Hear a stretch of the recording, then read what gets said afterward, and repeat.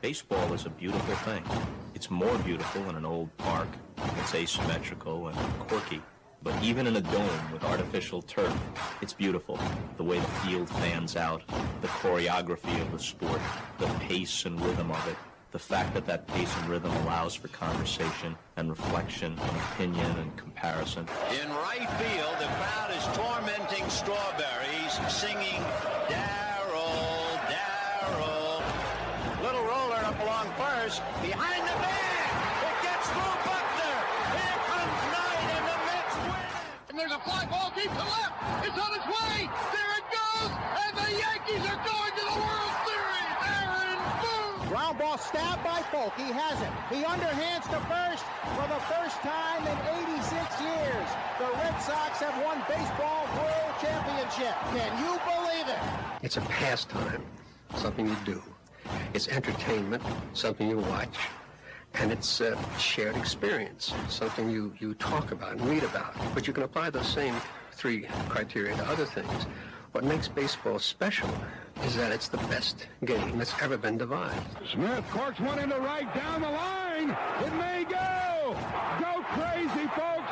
Go crazy. Sure as God made green apples, someday the Chicago Cubs are going to be in the World Series. A little bouncer slowly toward Bryant. He will glove it in front of Rizzo. It's inside. And the Chicago Cubs win the World Series. Cubs win. What a lucky break.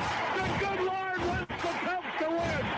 How can you not be romantic about baseball? There's a very peaceful thing. It was created and played in pastures and meadows. There's grass, there's outdoors, there's everything that people thought was American and feel about America. You get in a ballpark. And it's the wonder of walking through that dark tunnel and seeing a huge open space where men play the little boy's game.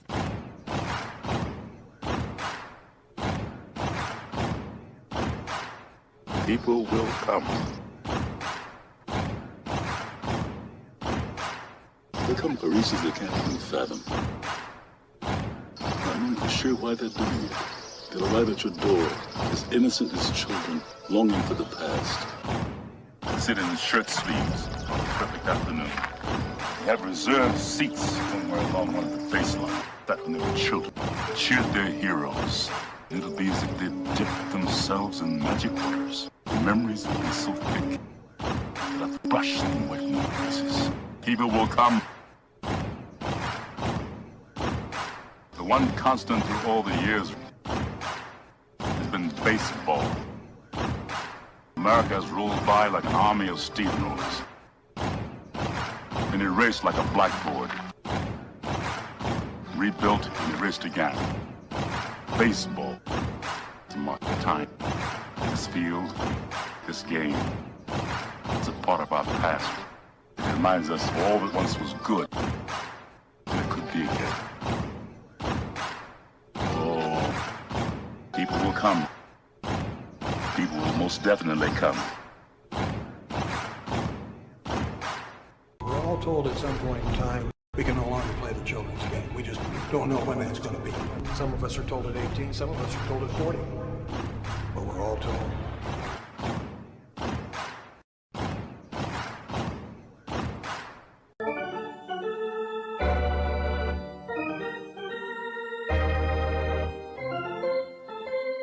I believe in the Church of Baseball.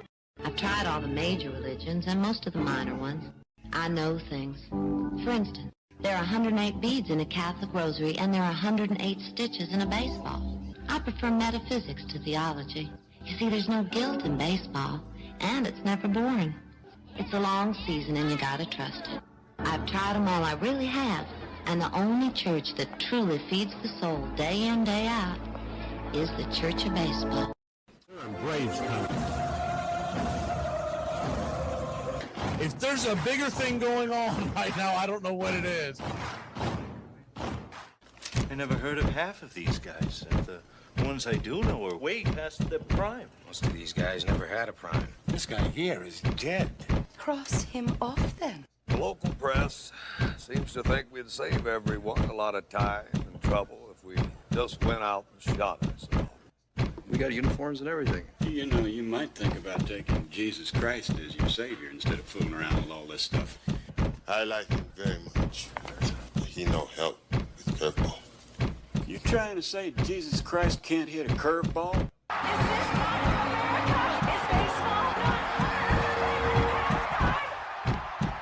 But I'll tell you, these fans are great. Listen to them. Hey, way to go, Rick. Oliver Ohio loves you. Come on, baby. Come on, Ricky. Come on, Ricky. The game doesn't stink. It's a great game. Ladies and gentlemen, welcome. We direct your attention now to home plate. Please remain standing. We call your attention to our bands here today. They will be jointly directed. And now, another fixture, our national anthem. Oh, say can you see by the dawn's early light what so proudly we hailed at the twilight's last gleaming, whose broad stripes and bright stars through the perilous fight for the ramparts we once were so gallantly streaming, and the rockets' red bombs bursting in air gave proof through the night that our flag was still there. Oh, say does that star-spangled banner yet wave o'er the land of the free and the home of the brave? At this time, ladies and gentlemen, we'd like to introduce today's teams as participants in this historic game. Play ball!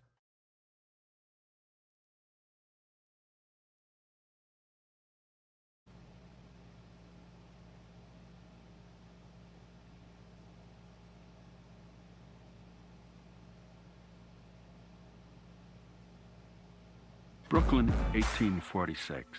In our sundown perambulations of late through the outer parts of Brooklyn, we have observed several parties of youngsters playing base, a certain game of ball. Let us go forth a while and get better air in our lungs. Let us leave our close rooms. The game of ball is glorious. It is played everywhere. In parks and playgrounds and prison yards, in back alleys and farmers' fields, by small boys and old men, raw amateurs and millionaire professionals. It is a leisurely game that demands blinding speed, the only game in which the defense has the ball. It follows the season, the fond expectancy of springtime and ending with the hard facts of autumn. Because we've been playing it fundamentally the same way for so long, the way that we can find the benchmarks that cross generations and cross decades is to be able to use these statistics as if they were labels. They aren't numbers. 300 hitter is not a number. The 300 hitter is a tag that means something today, as it did in 1930, as it did in 1890. I can make that comparison with my father, who could have made it with his father, that common language. It's our game, America's game. We'd spit tobacco juice on a spike wound, rub dirt in it, and get out there and play. Baseball's a gentleman's sport. Sportsmanship spoke from the heart of America. It is a haunted game in which every player is measured against the ghosts of all who have gone before. Most of all, it is about time and timelessness, speed and grace, failure and loss, imperishable hope and coming home. Somebody sat down and said, hey, it ought to be 90 feet. If it were 88 feet, the game would be very different. Think of the double plays. If it were 94 feet, batting averages would drop remarkably. 90 feet, that was a pick from heaven.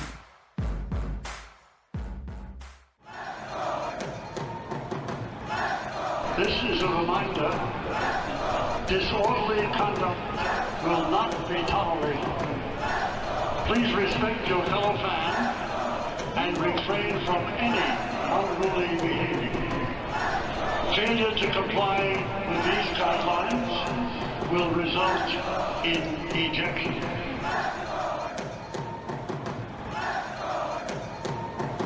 Baseball serves the same purpose as a revolution in Central America or a thunderstorm on a hot day. A tonic, an exercise. So long as it remains our national game, America will abide no monarchy, and anarchy will be too slow. Ladies and gentlemen, we interrupt our program of dance music to bring you a special bulletin from the Intercontinental Radio News. Ladies and gentlemen, the flash in the sky was visible within a radius of several hundred miles, and the noise of the impact was heard as far north as Chicago, Illinois. We have dispatched a special mobile unit to the scene, and we'll have our commentator give you a word picture of the scene as soon as he can reach there. Reports observing several explosions occurring at regular intervals and moving toward the Earth with enormous velocity, like a jet of blue flame shot from a gun. Crosley Service estimated that 32 million people were listening in on radios. Quietly, and we will control all that you see and hear. You are about to participate in a great adventure. You are about to experience the awe and mystery which reaches from the inner mind to the BCR, your home for the classic call, Radio Baseball. Hi, folks. Join us now for another ball game. Yes, sir. Why, we'll send you the play-by-play. This is the one we've been waiting for. This is it. This makes you feel like it's spring and baseball, no more measles, and free tickets to the circus. Although edited, tonight's thriller contains suspense and violence which may be unsuitable. Parental discretion is advised. 2, 4, 6, 8. Who do we appreciate? Braves.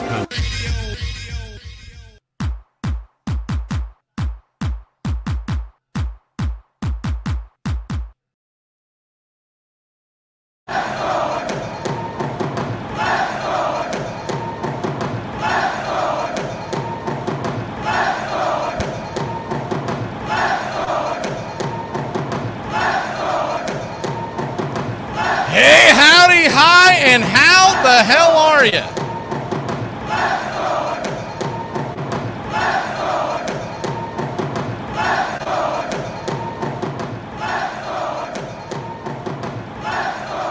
Just moments away from pitch-by-pitch play-by-play. The Classic Call Radio Baseball in Wrigley Field. What a matchup we have for you today. Cubs versus Dodgers. Leading off for the Dodgers today will be Ohtani, the designated hitter, 24 home runs on the year, 293 average. Followed by Paez in center, 18 home runs on the year. Freddie Freeman batting third, playing first, 15 home runs, 310 on the season. Edman is in left, batting cleanup. 3 home runs, a 293 clip. Kyle Tucker, the $60 million man, is in right field. 10 home runs and a 243 average. Great investment. Mookie Betts, batting sixth, playing short, $300 million man. 13 home runs, 36 RBI, 223 average. Max Muncy, batting seventh, playing third, 21 home runs, 253 average. Rojas is batting eighth, and that's second. Badush is behind the plate and batting ninth with 2 home runs. Of course, I guess we would be remiss if we didn't mention the $700 million man in Shohei Ohtani. On the mound for the Dodgers, Eric Lauer.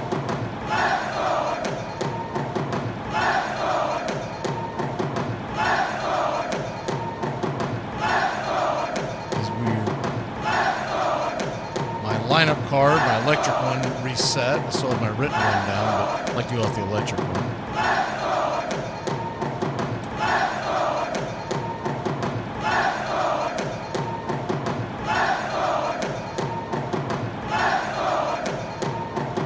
And as soon as the 3D kicks in, we will bring it to you.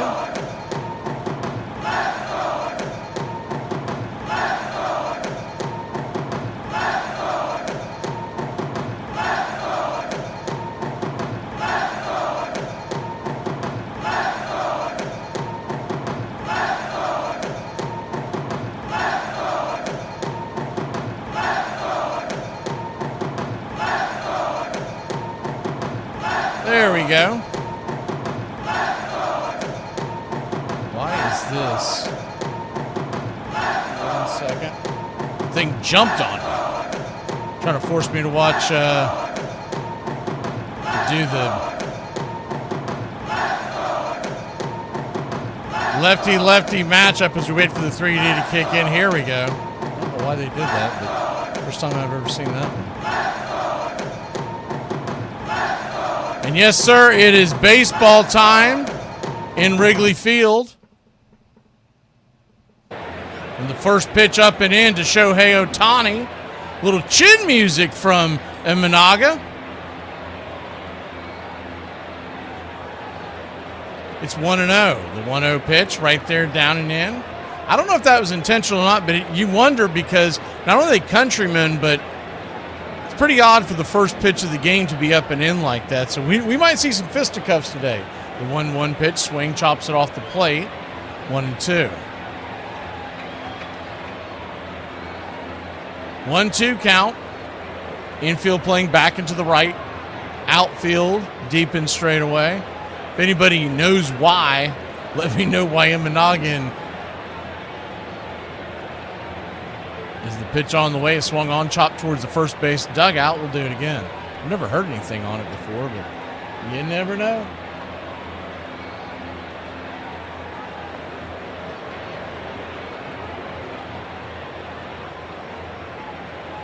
Nothing, your score. Just getting going here.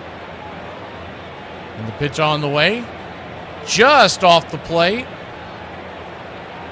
2-2.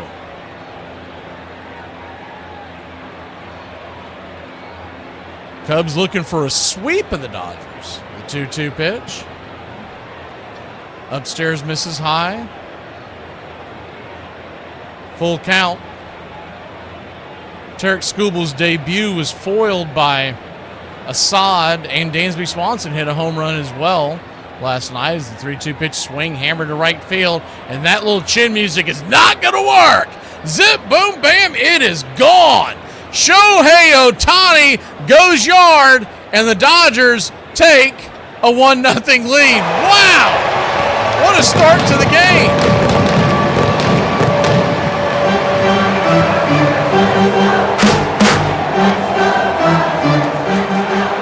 Holy Toledo.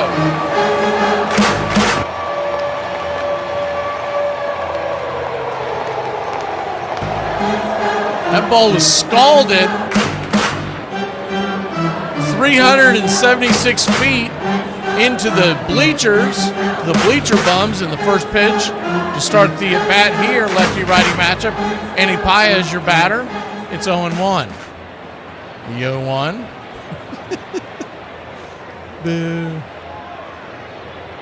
Pitch outside wide, 1-1. There you go, Peter. 1-1 count.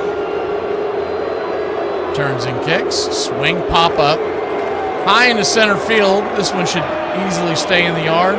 Calling everybody off is the center fielder Tyrone Taylor, the newly acquired Chicago Cubs. Got him from the Mets in the Clay Holmes deal. And there's one away. Which I'm glad he's finally out of New York, because I always liked Tyrone Taylor, but I'm like, yeah, there's certain things you can't do. Braves country, I'm not pulling for that guy. Freddie Freeman, the batter. And we'll play it again for you, Braves fans. Freddie Freeman coming to the plate. First pitch on the way. Chopped down the line, foul. It's 0-1.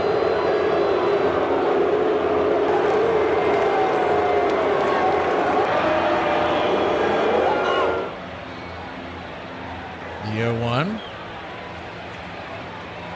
Swing, lifted, high, lifted deep, going back on the track at the ivy, at the wall. Making the jumping catch out there is Tyrone Taylor. My boy Tyrone out there leaping and grabbing. 2 down. Man, that was a hell of a catch right there. Especially considering the fact he just came to the Cubs, so he's not as familiar with the ivy out there, though he has played in Wrigley Field. It's not like it's his home stadium.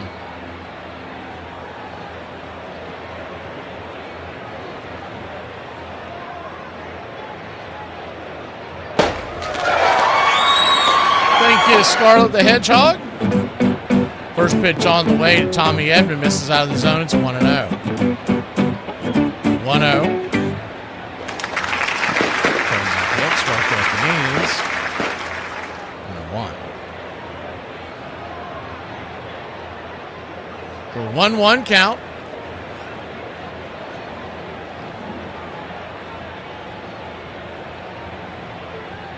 Brings it. Just snags the outer edge. Good pitch there by Imanaga. That just clipped the zone. Swing and a miss.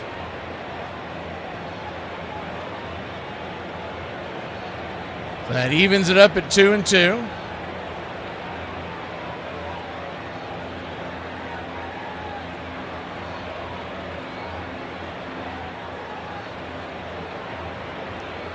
Lefty, righty, infield back and left. The 2-2 pitch, swing and a miss. Strike 3. Got him with the off speed, and that'll end the inning. But not before Shohei Ohtani and the LA Dodgers go yard.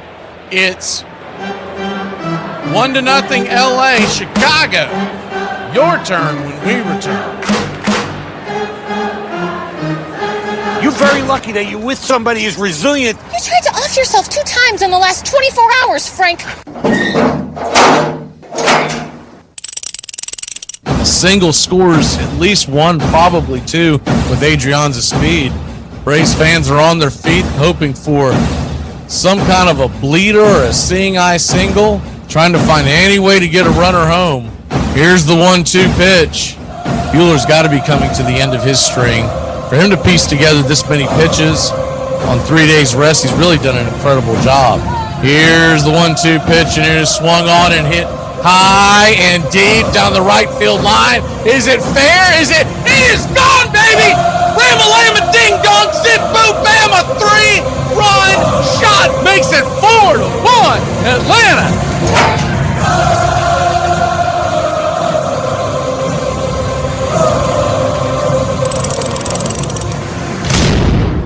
Did you know that in the 1970s, a man left his house and walked to the Golden Gate Bridge and jumped off the bridge? When his loved ones went to his house, they discovered a note that said, "I'm walking to the Golden Gate. If one person smiles, I'm not going to jump."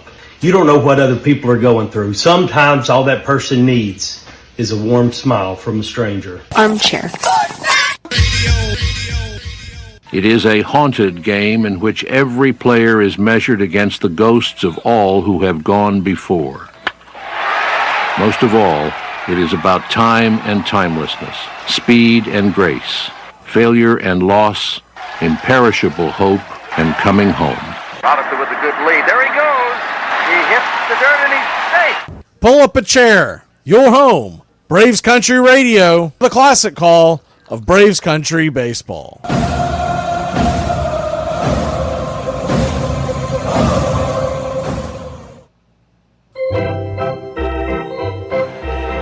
Welcome back to the friendly confines of Wrigley Field.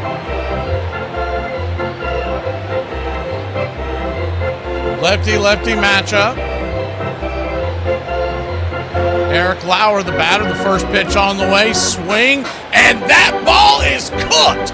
Book 'em, Dano, a solo shot, and PCA rounds the bases. It is a tie game. Cubbies 1, Dodgers 1. What an unbelievable blast by PCA.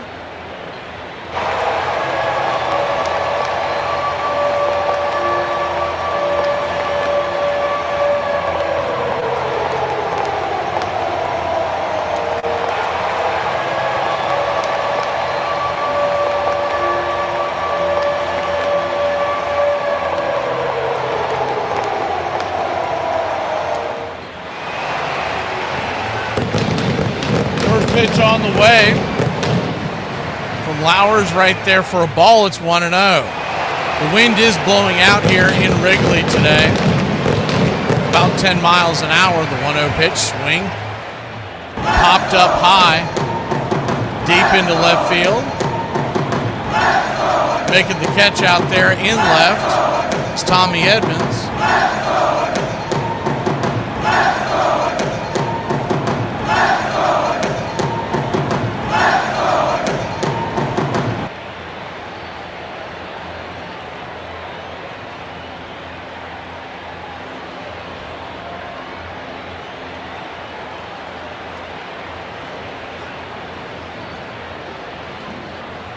First pitch on the way is right there.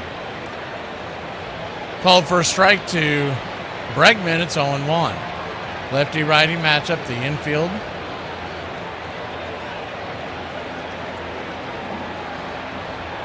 Back into the left. The 0-1 pitch. 1-1. Change-up misses. 1-1. Swing. That ball's pelted down the line, deep down the line. Plenty gone, but plenty foul. 1-2. 1 run, 1 hit. No errors for both teams. A solo shot by Shohei Ohtani, 376 feet. And then PCA said, anything you can do, I can do better.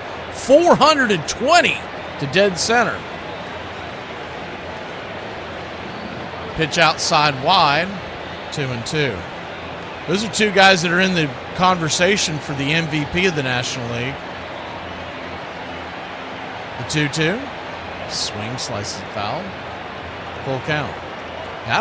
If y'all were here for the very first pitch, I don't know what in the hell happened, but it did it to all of our devices where it flipped from Cubs-Dodgers over to the Astros game, so we do apologize. We will keep you up to date on that, on the games going on, but nobody cares about that game realistically. First pitch on the way is fouled away, 2-2. Astros still kind of in the hunt, but the Blue Jays are cooked. It's the only other game going on right now. Later on today, you do have the Giants and Rangers starting in a few minutes. Rays are at the Rockies in about an hour or so. Pitch on the way. Swing! Fouls it down the line. And then tonight, of course, Braves versus Marlins is the key matchup, as we'll be bringing that to you. 7:15 first pitch, come on the air at 7 o'clock. 2-2 your score. Or sorry, 1-1 your score. 2-2 the count. Kicks and fires outside wide. So that'll load the count up now. Standing on deck for the Chicago Cubs. Pitch is swung on and smoke foul down the line. Carson Kelly stands on deck. Michael Bush is in the hole.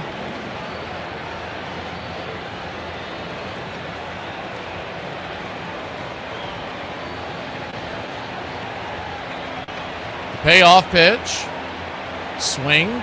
Lifted out to right center field. Making the sliding catch out there is Andy Paez. Good sliding catch out there. 2 down. He gets overshadowed being on the Los Angeles Dodgers. That guy is one of the better center fielders in all of baseball, not just with his glove, but with his stick. He gets overshadowed because of all the hundreds of millions that all the other guys make, but that guy's going to get a payday somewhere someday. Carson Kelly, the batter. First pitch. Upstairs. Top of the zone, it's 0-1. The 0-1. He's one of those guys that kind of you fall asleep on because he's not the big name.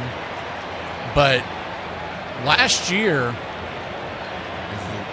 that'll even up to kind of 1-1. Last year, Andy Paez hit 27 home runs. As the pitch is lifted down the right field line, that's going to find its way for a base hit, and it's a 2-out single for the Cubbies.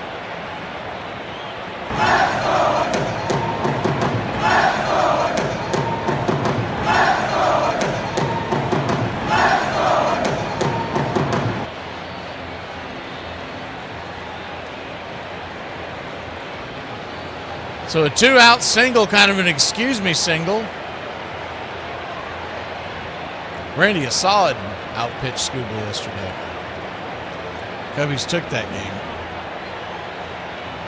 Lefty-lefty matchup. Flips it over to first real quick.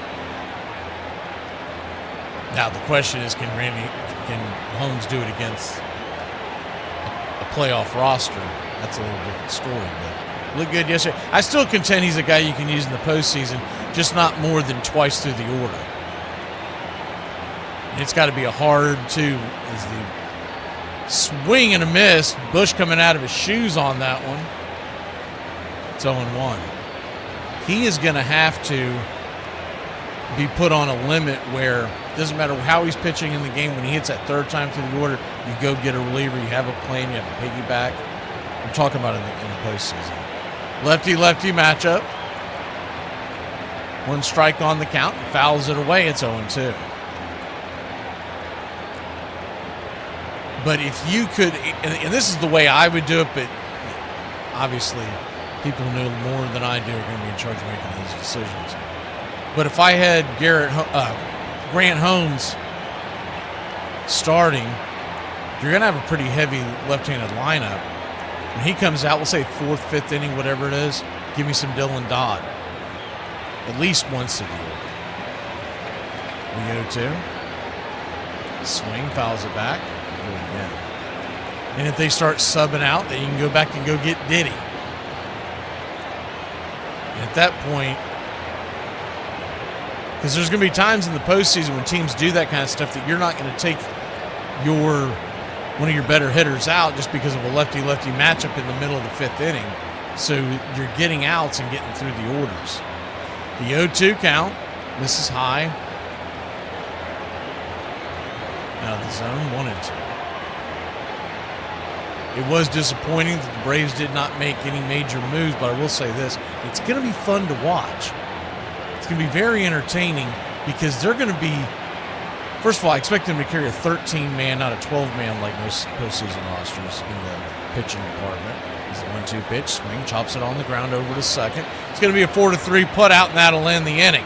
But not before the Cubbies get on the board. It's 1-1. We'll be back in a flash. Dodgers turn. Top of the second we go. If you hate America so much and you don't like this country that gave you $1 billion, leave it. Or come deal with me. You go to China. Go to these sweatshops that you employ all these laborers and use these women and pay them pennies on the dollar to make your millions. you, LeBron James. You're a coward. You're a spineless coward. And you're a You mean the low-life, asswipe, egg sucker? LeBron James. Man's crazy, loco, always hanging out around those kinky strip bars. You know, the ones where the men take their clothes off? That's, of course, if he's taking his medication. Medication? Yes, without it, he could be anywhere, wandering around, talking to the trees. Believe me, this man is a menace. Armchair. I'm so old. We used to take a shower in our uniforms because, you know, because we flew commercial my first few years. Wait, time out. There's no era where you did. Yes, it is. Stop, you're making this up. No, I'm not. There's no way that you were supposed to wash your uniform with your arm. When I first, you're making this up. I'm not making this up. Let him finish. When I first got to the NBA, we flew commercial. So when you played the night before and flew the next morning, when was you exactly going to get your uniform clean? You had to wash your uniform yourself. So after the game, when you got to your room, you took a shower in your uniform and dried it and dropped on the commercial airline the next day. Were you with Jed Clampett? Yeah, have you ever heard of this in your life? Well, how are y'all cleaning y'all uniform when you're flying the next morning? You can clean your uniform without showering in it. Well, that is possible. You don't have to have it on. Yeah. No, but it's easier to do it that way. You know, in the other sports, you have time. You have to play against the clock. And when the clock runs out, your chance is over. You play until you lose. And if you can keep that rally alive, if you can keep going, if you can keep getting hits, you can play until a week from now. Nothing stops you.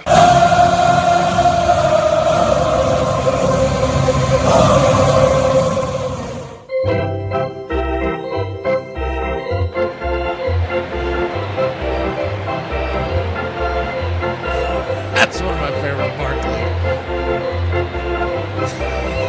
It's showering in his uniform. And I actually caught, I kind of get what he's saying. To say it out loud on national television just makes it classic. Lefty-lefty matchup. First pitch on the way to Kyle Tucker. It's off the plate wide. It's 1-0.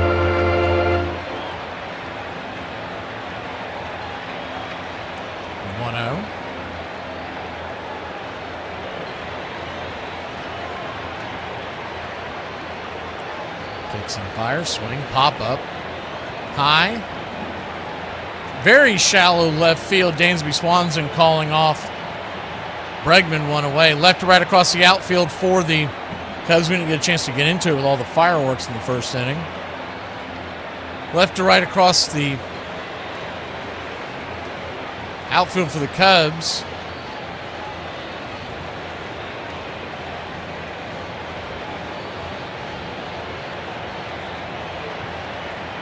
Z and Happ, Taylor and Suzuki. First pitch. Out wide for a strike. It's on one. Round the horn, third to first, Bregman, Dansby, Horner, and Bush. Kelly behind the plate, and of course, Imanaga on the hill. Pitch off the plate.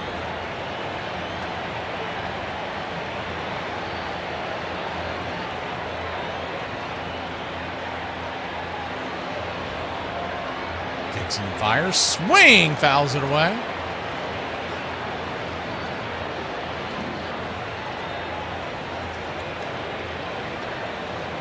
So a 1-2 count.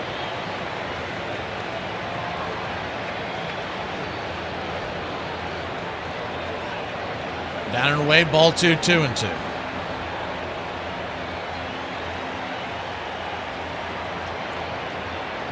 Cubs 1. Dodgers 1, top of 2.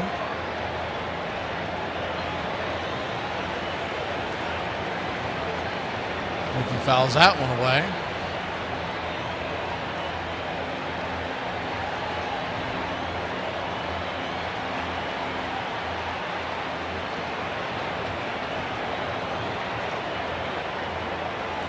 The 2-2, high and out of the zone. 3-2, trying to get in a chase one up top. Imanaga sitting at a 3.7 ERA on the year. Payoff pitch, swing, lifted out into left field, and that's down for a base hit.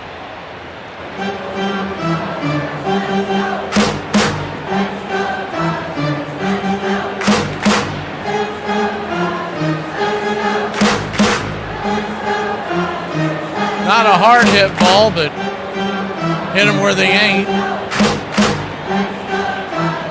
Max Muncy coming to the plate.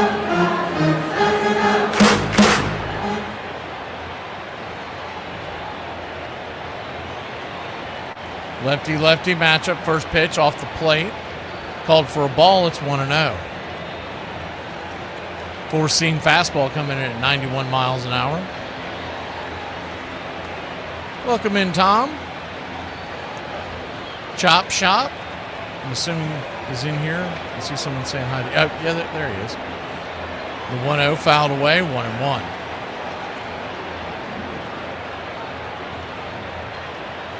What else we got in here today? I know I saw Peta, Richard Talley, Michael Phillip,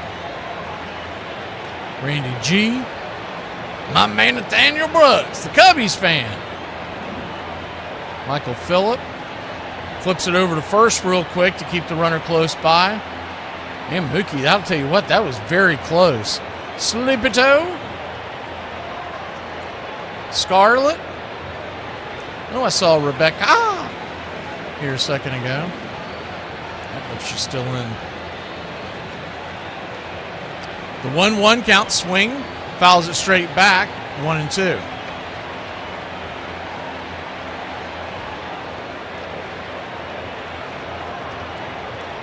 You're just joining us. Solo shots to lead off the game for both teams. Shohei Ohtani first pitch, drilled it to right field. And PCA drilled it to center field. 1-2 flipping it over again. Man, very close. Naga's got a pretty good move over there, and now you know you got two moves over there. Mookie could be going. He's got to be careful because he could get caught with his hand in the cookie jar. He's leaning that way. 1-2 pitch, he'll stay put, swing, bangs it down the line, foul. Do it again. If he does go to the steal, you figure what's going to happen is the shortstop, as they're playing it the infield back into the right, he's going to cover second. Second baseman, Horner, is going to stay put in case Muncy pulls one on the ground. 1-2 pitch. Swing, fouls it away, and we'll do it again. See how Wrigley's batter cam is working today. They're usually pretty good. I don't know what the deal is with Atlanta, but sometimes it's perfect, and sometimes the Atlanta cam just spins around. So you have to keep it behind the plate. When you're at home. 1-2. Swing and a miss. Strike three. Punched him out up top, bringing the heat. 2 down. Second strikeout of the day for Imanaga. This could definitely be a playoff preview.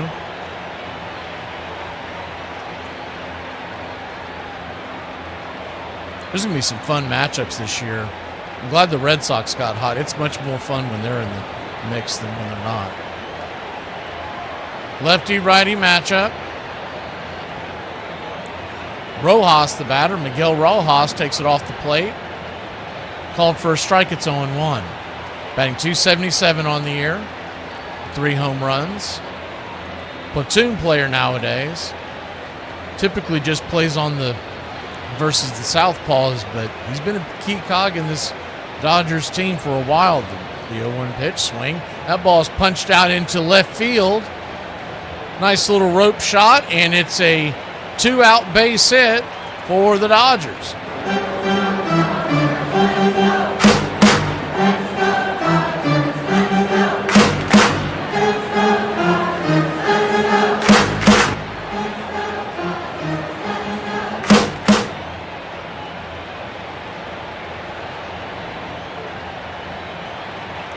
Two on, 2 out, and Hunter Fiducia coming to the plate. The Fiduciary Committee. Lefty-lefty matchup. First pitch off the plate. Called for a ball. It's 1-0. 1-0.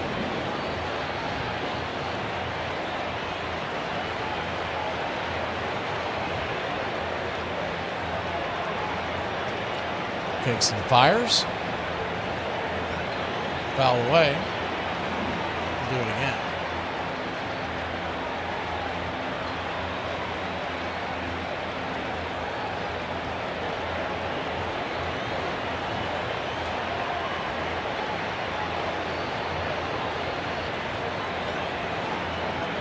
So 1-1 count. In the dirt, ball 2-2-1.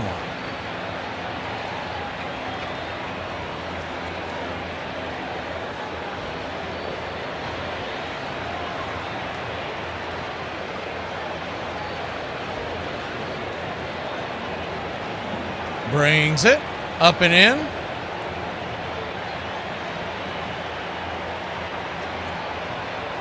Three and 1.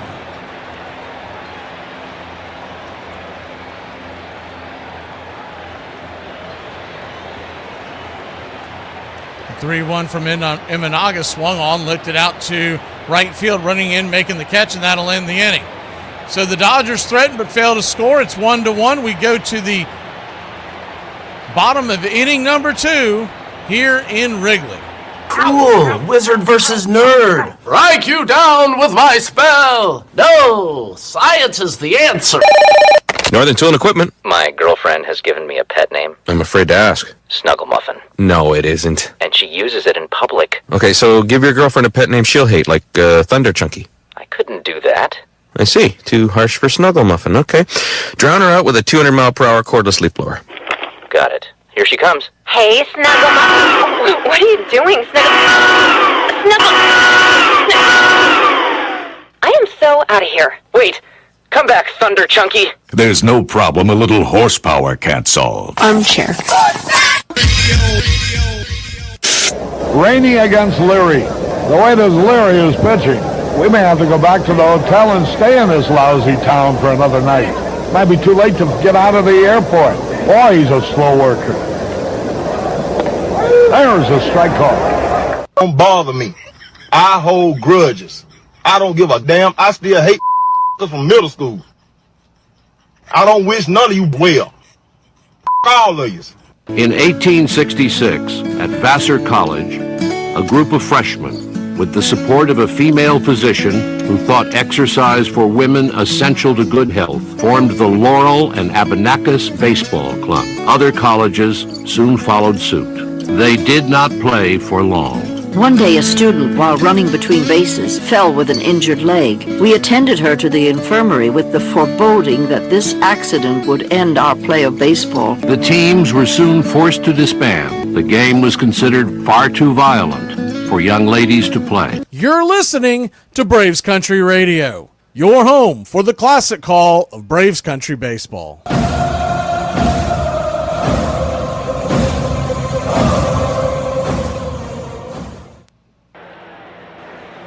Welcome back.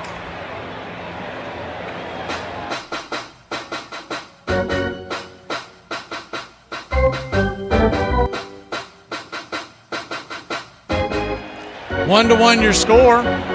Yeah, it's fine, Michael. I don't know what their issue is.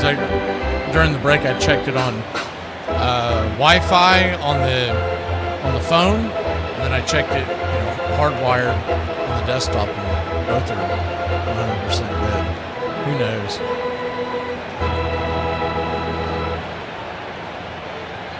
Could be a phone update or something that you're needing. I don't know. Maybe you have Android or something that usually it should be fine because Google and Android hold hands in public.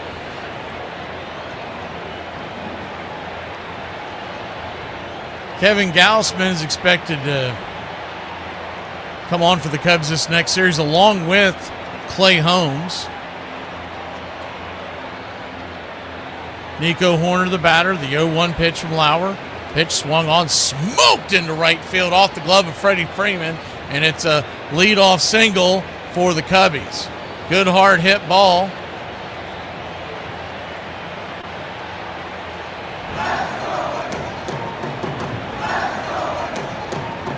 Yeah, I have no idea, y'all. Like I said, You might have to go all the way out of the app and reload it. That would be my suggestion if you're watching it on a phone, but I really don't know because everything's working fine here. But we have pretty strong internet.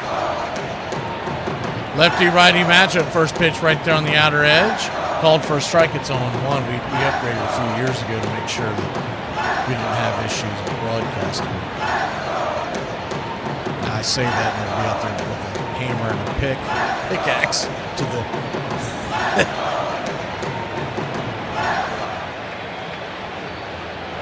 everything will go dark on me. Swing and a miss there. 0-2 on Ian Happ, lefty righty.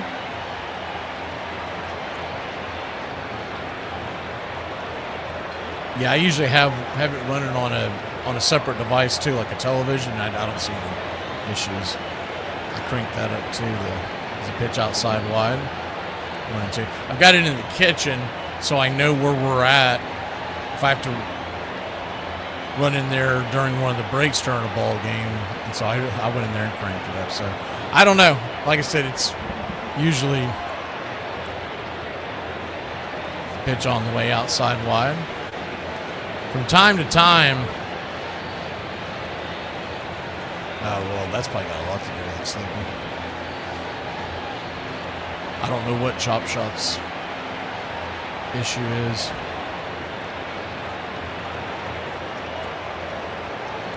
The 2-2 swing, pops it up, high in the sky. Coming underneath it, making the catch in left field is Tommy Edman. F7 in your scorecard, 1 away.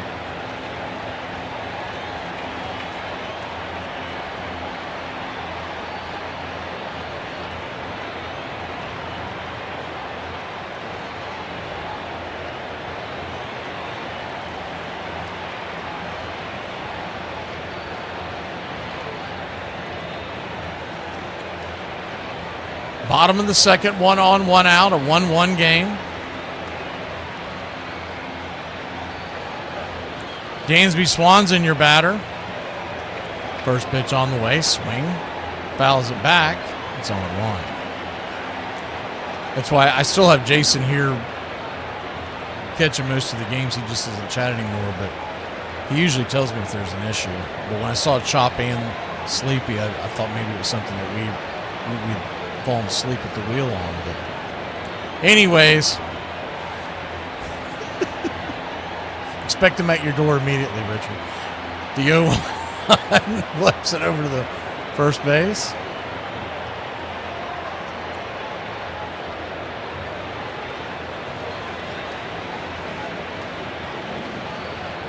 You may be in Michigan.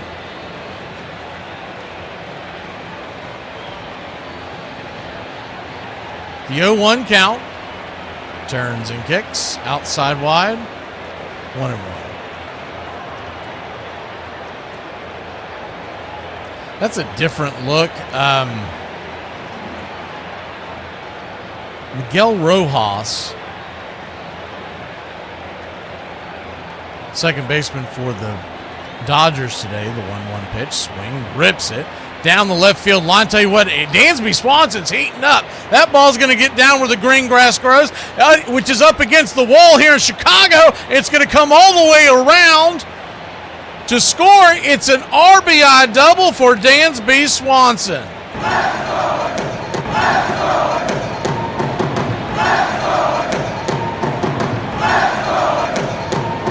That ball was smoked and yoked down the left field line. A lot of stadiums it's going to bounce over for grounds rule double, but they got that cage up there at the top that it hit just underneath and bounced back.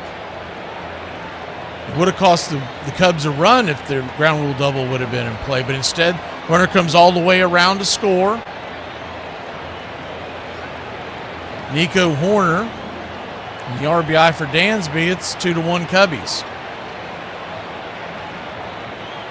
He's starting to wake up at the right time. He's been playing pretty poorly all year long.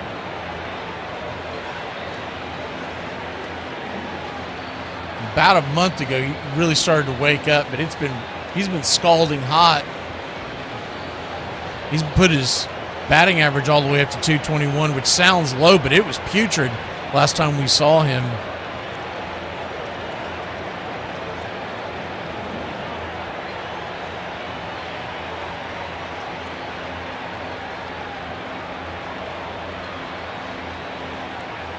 Pitch on the way is swung on and punched towards the first base dugout of the Dodgers. Chicago Cubs call home third base dugout, one of about 40% of the teams that do in Major League Baseball.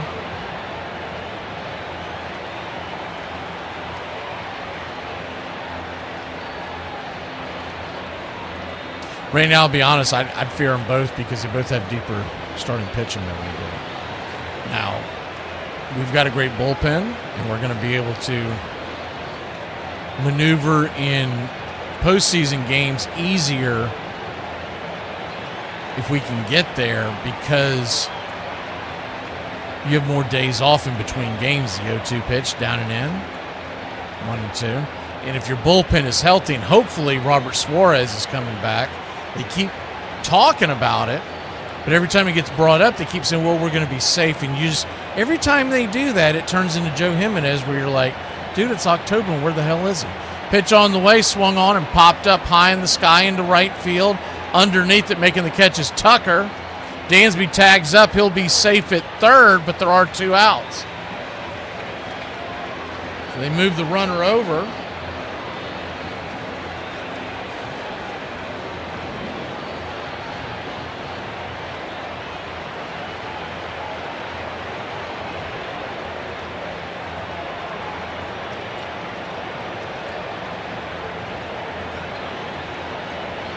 Runner at third and 2 outs.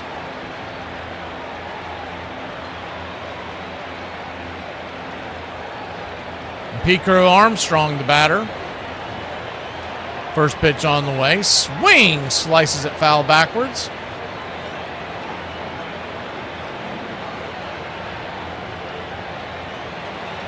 That's what they say. If you believe everything that they tell you, that's what they say. But he was supposed to be back by now, so it's a little concerning. But with a reliever, you don't worry as much about when they come back as the 0-1 inside. 1-1. If we can get him back sometime early September, he's got plenty of outings to get the rust off. It's going to be more of an issue with Schwellenbach trying to get him back up to speed. And also, will the rust be there? 1-1 pitch, swing and a miss.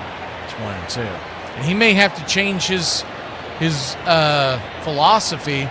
Remember, he's saying the reason why, well, not pointing it solely on it, but the reason why he hurt himself is that he was trying to max out with velocity last year, and he did great, but eventually wore down his arm. So is he going to have to hold back a little bit and kind of relearn how to pitch without that extra oomph at the end? The 1-2 pitch, swing, ripped. Down the right field line, PCA is going to be 2 for 2. Is it going to leave the yard? It will not. It's going to bounce up against the ivy, and it's an RBI double for Pete Crow Armstrong and the Chicago Cubs.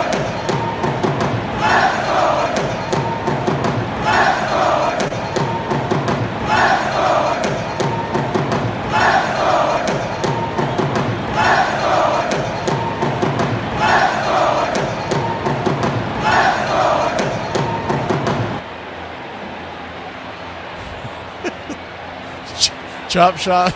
If he did, he's got some splaining to do, but no, that would, man, I swear, X comes up with some of the craziest rumors.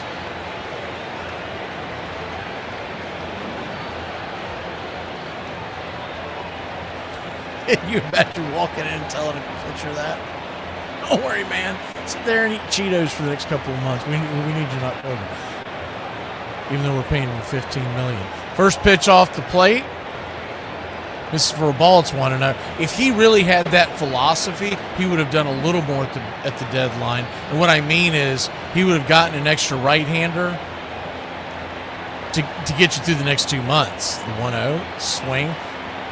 Line drive out. Good catch over there by Mookie Betts, keeping the ball from hitting the dirt. But not before the Cubbies put 2 on the board. We'll go to the top of the third. 3-1 here in Chi-Town. Pretty cool. Woo! An Irishman walks into a bar and he orders 7 tequilas and a pint of Guinness. As the barman is finishing pouring the Guinness, he brings it over to the man and he notices all 7 shots of tequila are gone. He says, "Wow, you've drank them fast." And the Irishman says, "You'd drink fast too if you knew what I had." And the barman says, "What?" He says, €2. No! Beans don't go in chili. It ain't never hot dog or use it as a topping. Then no, beans. Did you say a hot dog? Not never. In the history of foreverdom, is it okay? You're making beanie weenies. You're making pork and beans. Don't put beans in chili. It's not okay. You definitely not never. When it is the centerpiece of the meal. Not if you're putting beans in it. No. You not never. In Texas, you don't even count as a piece. Did you say he doesn't count as a person because he learned to cook in Texas? Yes. Are you saying Texans don't count for cooking? They got good barbecue. No, they don't. Oh. Did you just say Memphis style? Is it Carolina? Hell no. Then there's the abomination that is Alabama white sauce. They use mayonnaise. Okay, first of all, ew. Second of all, it's not okay. Third of all, you put it on your barbecue. Texas is the Alabama white sauce of barbecue. I see great things in baseball. It's our game, the American game. It will take our people out of doors, fill them with oxygen, give them a larger physical stoicism, tend to relieve us from being a nervous, dyspeptic set, repair these losses, and be a blessing to us. Walt Whitman. Braves Country Radio, your home for the classic call of Braves Country Baseball.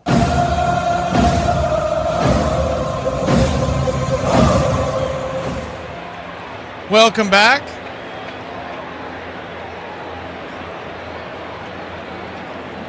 Oh, Facebook is much worse, Randy. Facebook. I don't even know why I still have it. We're on there. Our channel's on there. I'm on that. I'm on that channel more than I am on my personal one. Is the first pitch off the plate wide. Shohei Ohtani's 1-for-1 with the home run. It's 1-0. Ohtani with 25 home runs on the year, 946 OPS. The 1-0 pitch swing. Baltimore chopper behind the plate.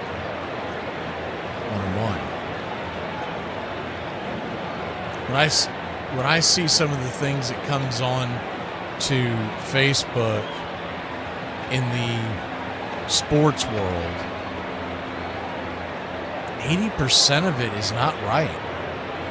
And it's all there for just, all they're trying to do is get you to engage. They don't even care if they're right. They want you to complain because they're going to get engagement. And it is the same thing over at X. Swing and a miss right there on the 1-2. On the 1-1 count makes it 1-2. A sinker, 89 miles an hour. The 1-2 pitch. Swing, pops it back foul.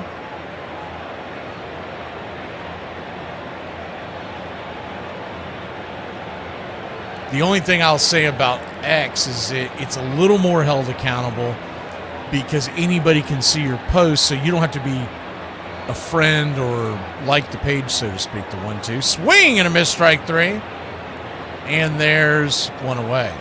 So I guess what I mean by that is, let's say someone comes out, and I'm not talking about the dopes that are just on the social medias. I'm talking about the actual writers. They come out and say something wildly wrong, they will get dragged over the coals for it. In Facebook, that doesn't happen. People just sit there and complain back and forth, argue back and forth as the pitch on the way. Swung on, Paez roasted into left field. It's down for a base hit, and it's a 1-out single for the Los Angeles Dodgers. Good hard hit ball there by Andy Paez, the center fielder for the LA Dodgers.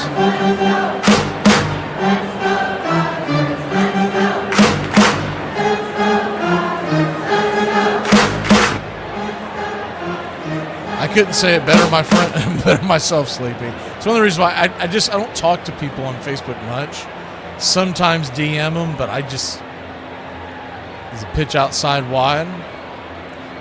It had its place in time, but the thing is about 20 years old now, so it's a little surprising that X has evolved to a degree. The 1-0 pitch, swing and a miss, 1-1. But the ones that were there on X that have built up a following for years, right? Especially, let's say, the ones that had a following before this decade, that have just been a mainstay as the pitch down and away. They have people that follow them blindly, and I'm not talking about writers, I'm talking about just random fans of all sports, and they think what they are saying has validity, and most of the time it doesn't. Lefty. Freddie Freeman takes it down and away. So a 3-1 count. Runner at first. Cubs lead it by 2.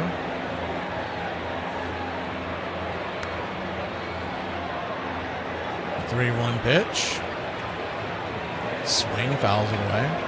We don't do a ton on Facebook on Braves Country Radio. All we really do is sometimes we'll share the broadcast, but we'd much rather people come to YouTube because it doesn't work the same way. So you can't watch or listen to the game and scroll through other things. Payoff pitch, swing, fouls it away. To anybody who has YouTube that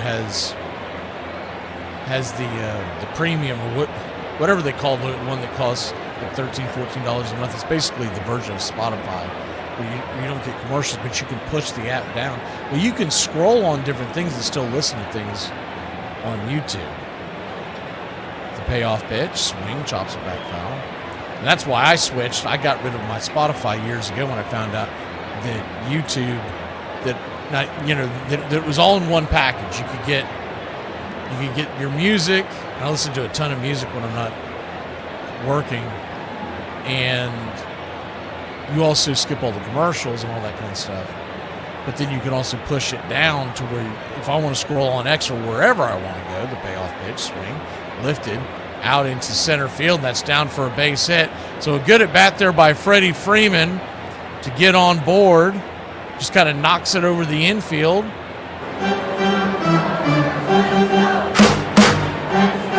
He'll raise his batting average to 310.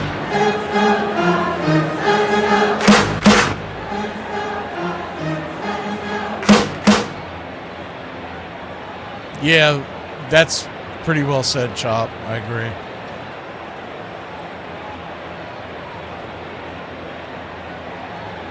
First pitch on the way. Swung on a chop back foul by Tommy Edman. It's 0-1. Because I'll just use an example. When we put a post up on Facebook, and it's the same post that we put up here on YouTube, usually pretty intelligent comments coming back from y'all, and some of the dopiest comments you'll ever see on Facebook. The 0-1. Down and in. 1-0. Conversely, if you go to X, it's a mixed match. You don't know what you're going to get. If you go into one, we'll just say the Tyler Mail trade, you're going to get half nut jobs. You don't know what the hell they're talking about, and half the people who actually do. And then there's a small fraction of people that are in there that are just in there to troll. 1-2 count.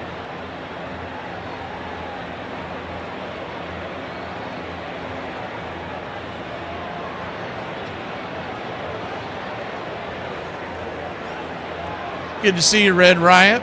Infield is playing back and to the left. Runners at first and second. 1 out, 1-2. Caught, looking strike 3. Punched him out on the inner track. 2 down. Edman wants to challenge this. It looked like it hit the zone, but it's extremely close. See, and it did hit the zone.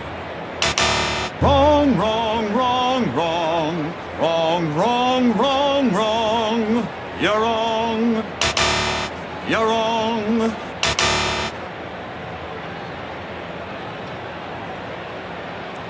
So Kyle Tucker, the batter.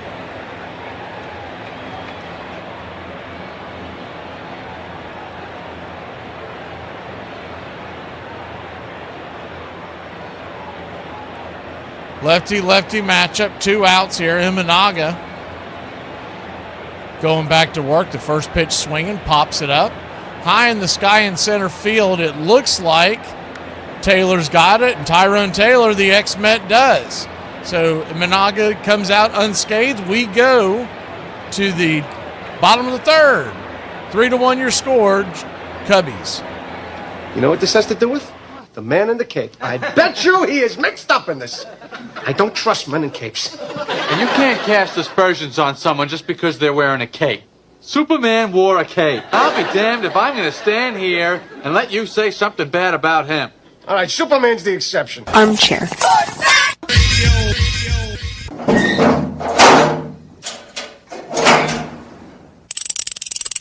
Christian Yelich, single and a run. Very dangerous hitter. The crowd is on their feet. We're down to 1 strike, Braves country. Cross everything. So many heroes here. Wow! Called third strike. He got caught watching the paint dry, and that's it. The Atlanta Braves will head to the National League Championship Series. They knock out the Milwaukee Brewers, a team that everyone had forgotten about. Everyone had left for dead. Yes, Henry Aaron has done it. The fireworks are going. His teammates went home plate, and most of this crowd. I felt great. I felt like the world was lifted off of my shoulders. It was done, over with, and I felt like no matter what people thought about it, it was my record. In the decades to come, the memory of the scene might blur, but the memory of the sound will remain with everyone who was there. The sound of Henry Aaron's bat when it hit the baseball tonight. At home plate, surrounded by an ovation that came down around him as if it were a waterfall of appreciation. He was met by his teammates who attempted to lift him out of their shoulders, but he slipped off into the arms of his father and his mother, Estella. I never knew, Aaron would say later, that my mother could hug so tight.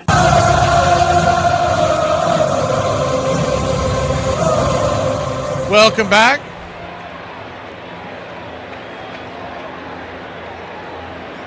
Lefty-righty matchup.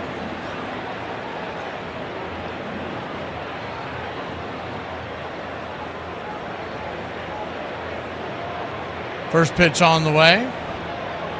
Lauer back to work. Cubbies lead it 3-1. First pitch to Bregman. Taken for a ball, it's 1-0.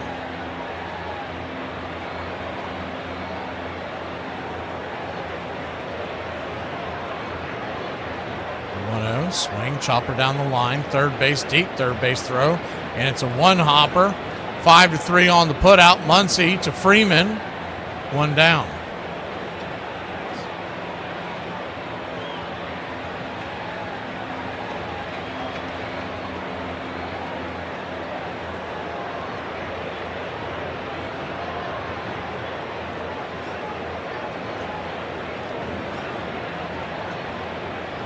Carson Kelly, the batter, he's 1 for 1 with a single. Good to see Uncle Charlie. First pitch, swing and a miss upstairs. It's 0-1.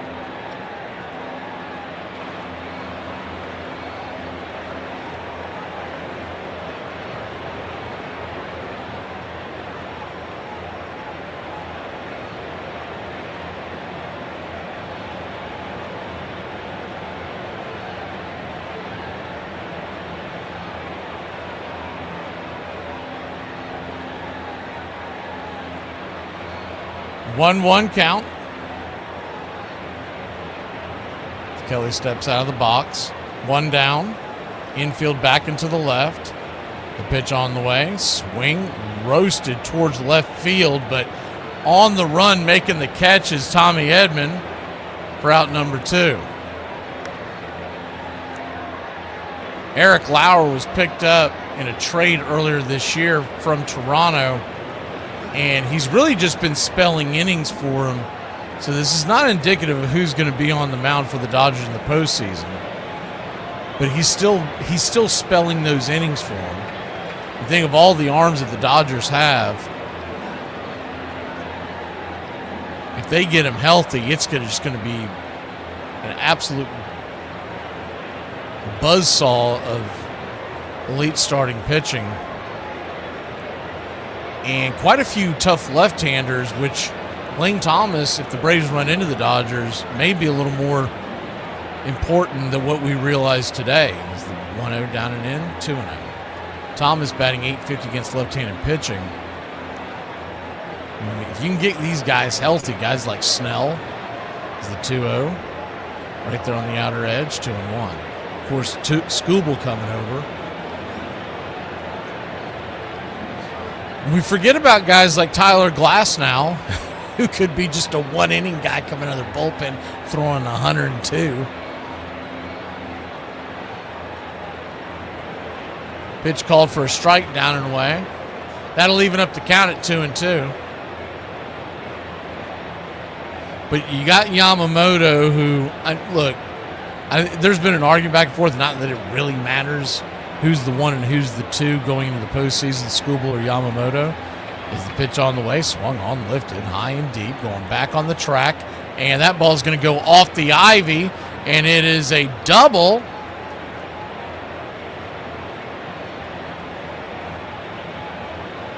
A stand-up double for the Chicago Cubs. Good piece of hitting there by Horner.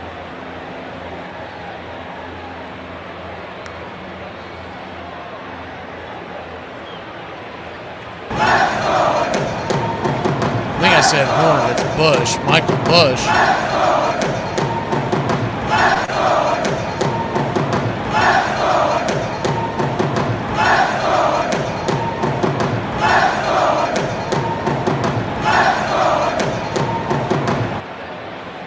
Lefty-righty matchup, first pitch on the way.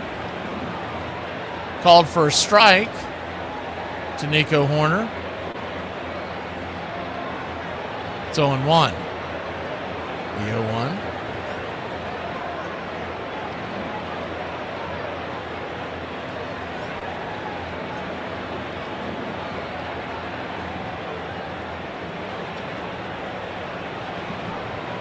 Kicks and fires. Man, nice pitch on the outer edge.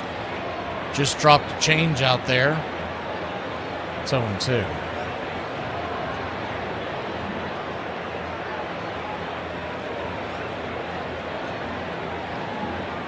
The 0-2 count. Swing, rattles it back foul. And we'll do it again.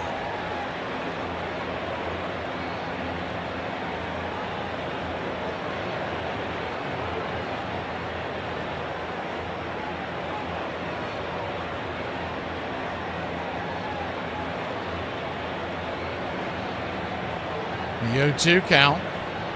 In the dirt. 1-2.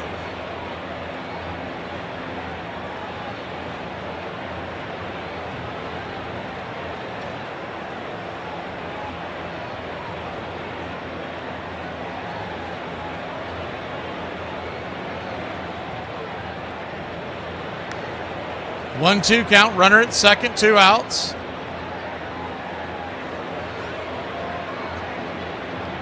Welcome in, New England. Turns back over his shoulder and kicks. Swing and a miss, strike 3, and that'll end the inning. Cubbies 3, Dodgers 1. We go to the 4th here in Chicago. He said there wasn't a spark between us anymore, so I tasered him. I mean, honestly, who'd have thought they would have banned you from every escape room game in Tennessee just because you're too good at it? Don't put me in a room made of drywall and tell me I have to escape. I'm getting the fat of that 5 to Sparta kick all the way home. 30 seconds flat, I'm out that promise you. And what do we say when somebody flirts with us? I like your eyeballs as well. Jaden has $1 bill, 1 quarter, and 2 pennies. How much money does he have? Jaden broke. That's the beauty of baseball. There's no time limit. You have to let the other guy have an opportunity. It's not basketball. We can run the clock out and pass it around, foul each other for the last 3 minutes of the game. We're not running the ball up the middle or taking a knee like it is in football. You have to face your opponent. Your opponent has every opportunity down to the very last pitch of the game to win a game. That's the beauty of baseball. That's why I love baseball the way I do. Armchair. Now, for me, I wasn't good enough to guess pitches. I looked for one pitch, every at-bat, every pitch, fastball right down the middle. Yeah. That's it. As soon as I saw it, I would swing. So I'd look fastball down the middle every single pitch, and my approach was to stay to right center field. One afternoon on the Brooklyn waterfront, a boy named William Cummings, known to his friends as Candy, noticed that he could make a clamshell curve when he hurled it through the air, and began to wonder if he might be able to do the same thing one day with a baseball. In April 1867, now pitching for the Brooklyn Excelsiors, Candy Cummings tried out his new pitch. Though it was outlawed, everyone started throwing the curveball. Purists were appalled. Braves Country Radio, your home for the classic call of Braves Country Baseball.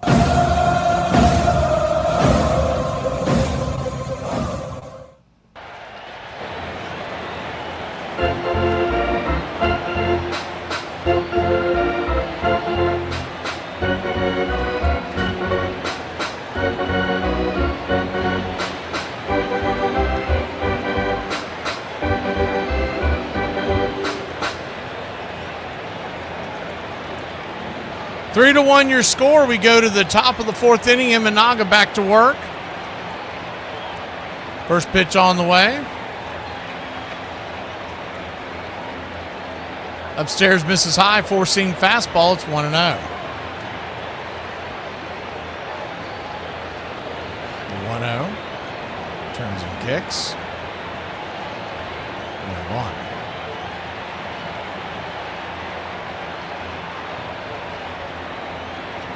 1-1 count. Swing. Smokes it into left center field. And cutting it off out there is Happ. He'll fire it to second base. It's going to be a long single for Mookie Betts and the Dodgers to start the inning.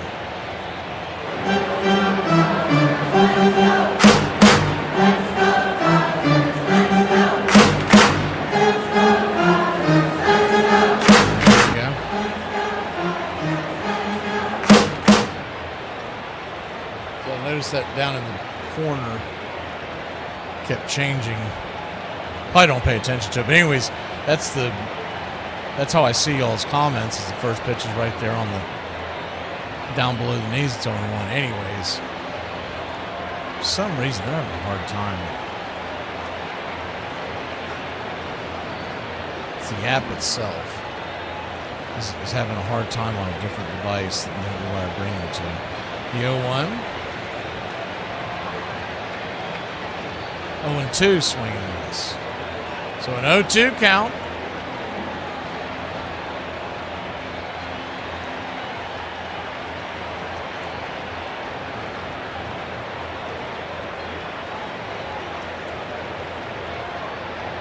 Turns and fires. Swing and a miss, strike three.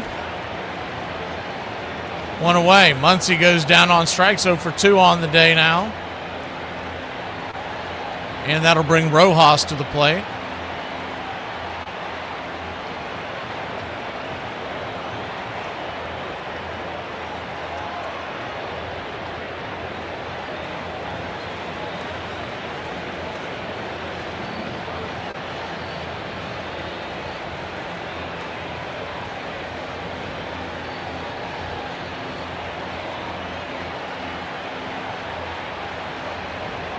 Lefty righty first pitch to Miguel Rojas was down and in. It's 1-0. 1-0.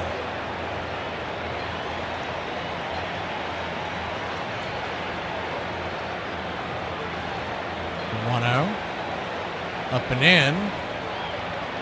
1-1. Man, he called that a strike, and I can't believe that he's not challenging that.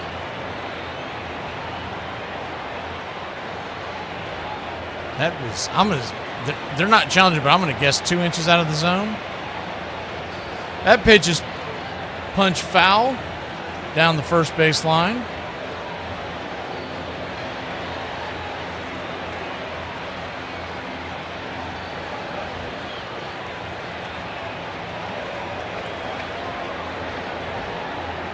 3-1 your score. Runner at first, 1 out. Cubbies lead the Dodgers. We're in the top of the 4th inning. Quick flip over there. Mookie back in plenty of time.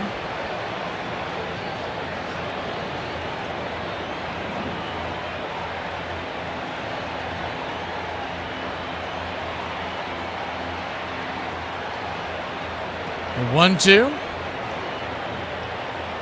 Swing, fouls it away.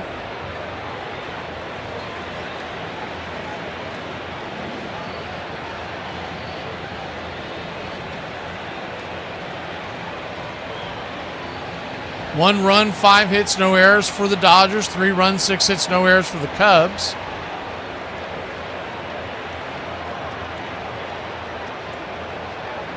The 1-2 pitch, swing. Punches it high and out of the foul. 1-2 the count. By the way, Imanaga's sitting at 69 pitches, so this will be pitch 70 coming in.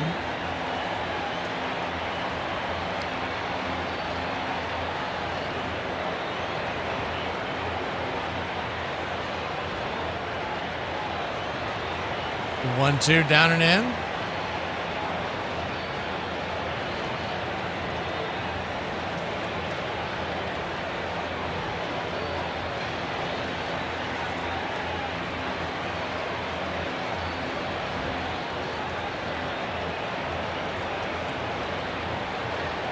The 2-2 swing and a miss, strike 3.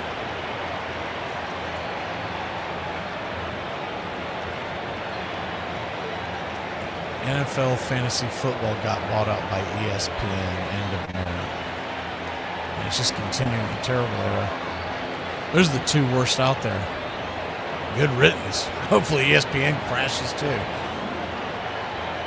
Lefty-lefty matchup. Hunter Fiducia to the plate. He's 0 for 1 with the line out. Number 9 hitter for the Dodgers. First pitch down and away. Called for a ball. It's 1-0.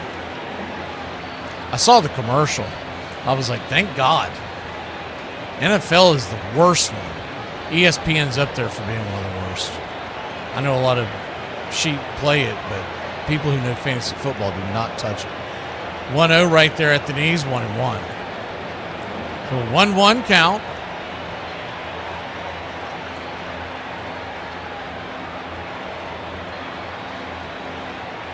Imanaga looks in, kicks and fires, swing, chopped on the ground, over to second. It's going to be a 4-3 putout, and that'll end the inning. Dodgers trail 3-1. The Cubbies grab the sticks. We go to the bottom of the 4th here in Wrigley. Max, a woman in my section wants to know if we do anything gluten-free. What do I tell her? Tell her she's not allergic to gluten. She's just masking an eating disorder. Who wins in a cage match of Ronda Rousey and Bruce Jenner versus...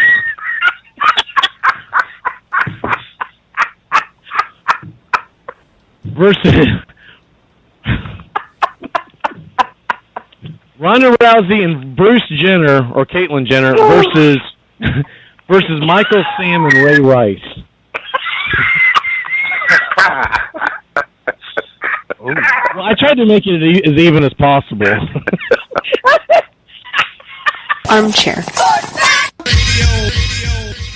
I may have been a little irrational today. A little? Shut up! Well, let me say this. I'm talking to the players, man. If you're going to make $50, $60 million a year to play basketball 3 or 4 days a week, play basketball, man. Now, if you're injured, don't play. But everybody hurts after the first 2 weeks of the season. Your legs sore, your knees sore. If you're injured, I don't want you to play. But the notion that 30, 40, 50 million dollars to play basketball 4 days a week, y'all got the best shoes, you got the best medical staff, you got these guys sleeping in chambers, you got ice baths. Man, if you can play, shut the hell up and play. I heard that this year we at Harvard won the baseball championship because we have a pitcher who has a fine curveball. I am further instructed that the purpose of the curveball is to deliberately deceive the batter. Harvard is not in the business of teaching deception. Charles Eliot, president of Harvard College. 1-0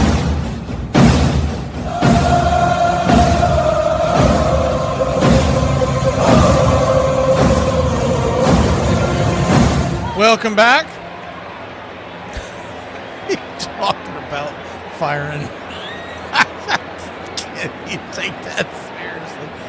Got to fire the guy who's won back-to-back World Series championships because they've lost a few games in a row in a baseball season.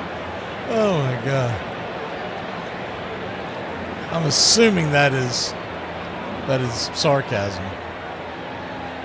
Lefty-righty matchup. Lauer back to the bump. Down and in for a ball. It's 1-0.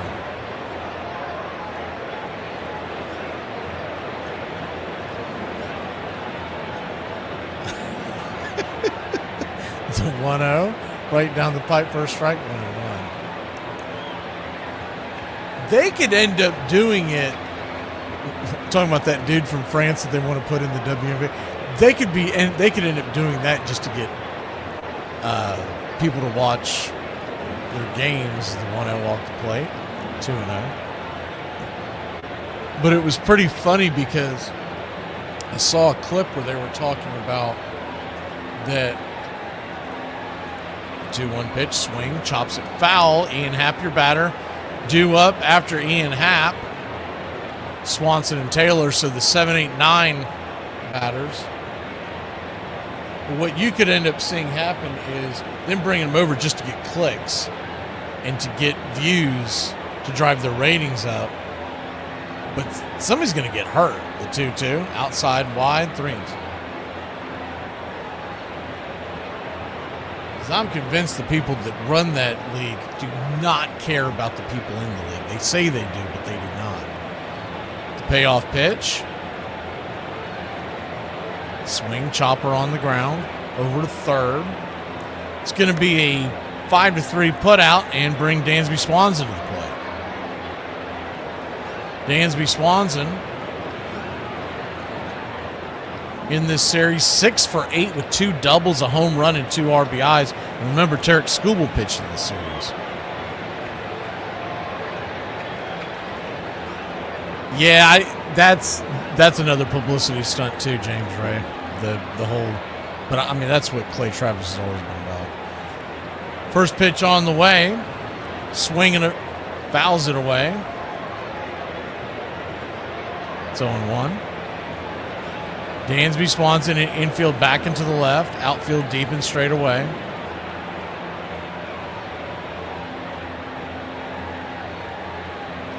The 0-1. This is on the outer edge, 1-1. Yeah. Clay Travis, he's always been about clicks. So, that's everybody knows they're not going to sell a team to him. It's nuts. The 1-1 swing, pops it up.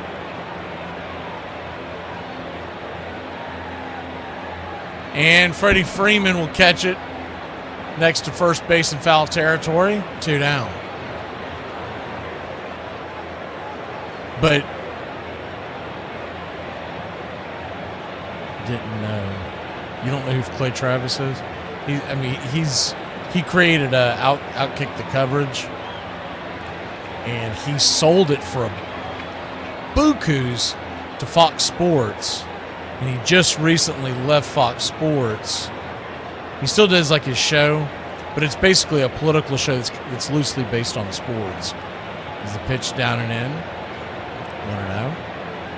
Tyrone Taylor, the batter, he basically struck when the iron was hot. But that's what he's doing here. He's trying to, is the 1-0 inside 2-0. But can you imagine them trying to sell a team to him? There would be, because you got to get approval from their ownerships. There's never going to happen. The 2-0 pitch. He's trying to buy it. Well, he says he wants to buy it. He doesn't want to buy it. The 2-0 swing, chops it down the line, foul, 2-1. If he was smart and really wanted to stick it to him, he would start his own league and pay Caitlin Clark a boat ton of money, and everybody would come watch her play against whoever. That's really the only games that they have is when she's playing. And they're still not that great of viewership numbers, but they do spike dramatically because nobody watches that league unless she's playing. On deck is PCA. The 2-2 swing hit deep down the left field line, and Taylor bending foul. Cubs lead it 3-1. Yeah.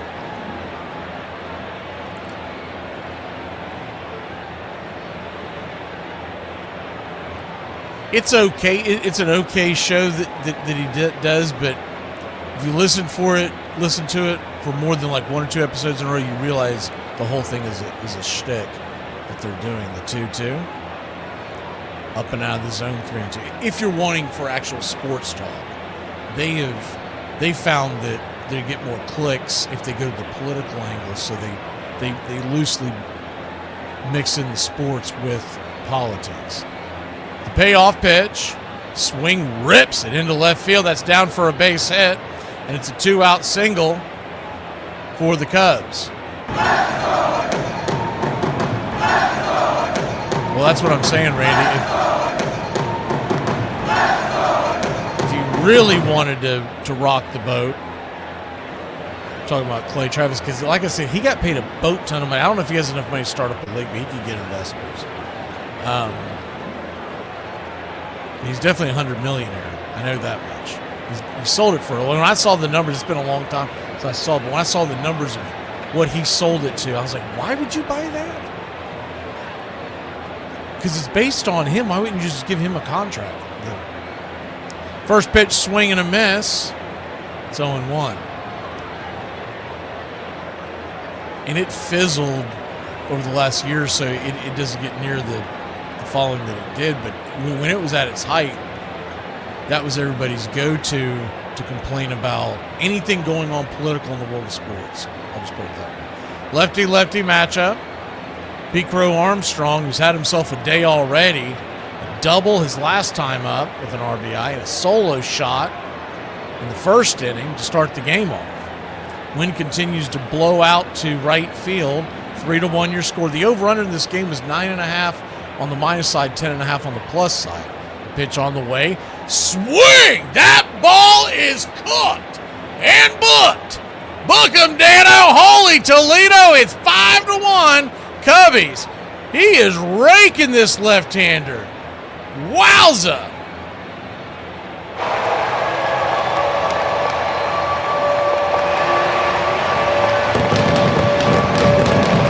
How far did that one go? Good night, Irie. 405 feet down the right field line.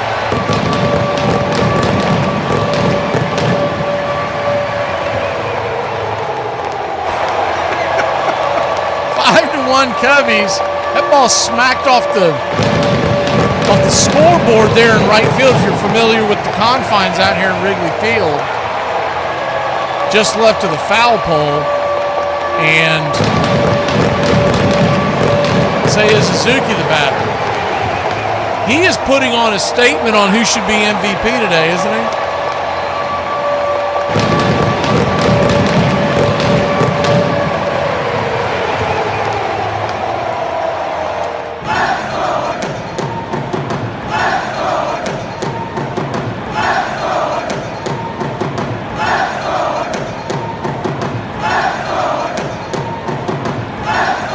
Two home runs and a double, and it's 5-1.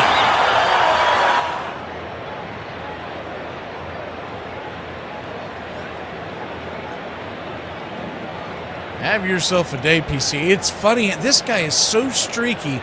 Last year, to start the season, he was awful, and he got roasting hot as the first pitch on the way off of that is swung on and ripped down the left field line. Seiya Suzuki's going to have extra bases as that ball crawls into the ivy, and it's a 2-out double for Suzuki. So this inning isn't quite over yet. That ball was smoked. Yoked down the line.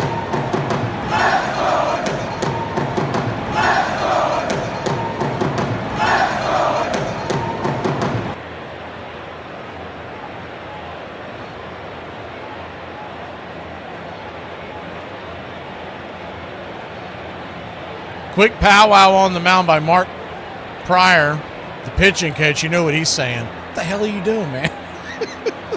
You are not going to be able to keep a job here. Do you know who we have coming around the corner?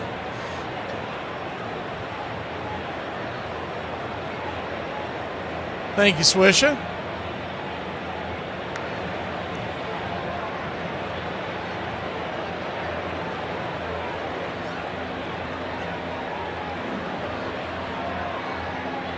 So Bregman will come to the plate. There's a runner at second and 2 outs. To get you caught up to speed, 6 runs, 10 hits, no errors for the Cubbies. 1 run, 6 hits, no errors for the Dodgers. Lefty-righty matchup. First pitch on the way, swinging. That ball's ripped into left field, down for a base hit. They're going to send him. Suzuki flying around the corner, going around the bend. He is safe, and the Cubbies lead it. Add another run to the board, and it is 6-1, Chicago.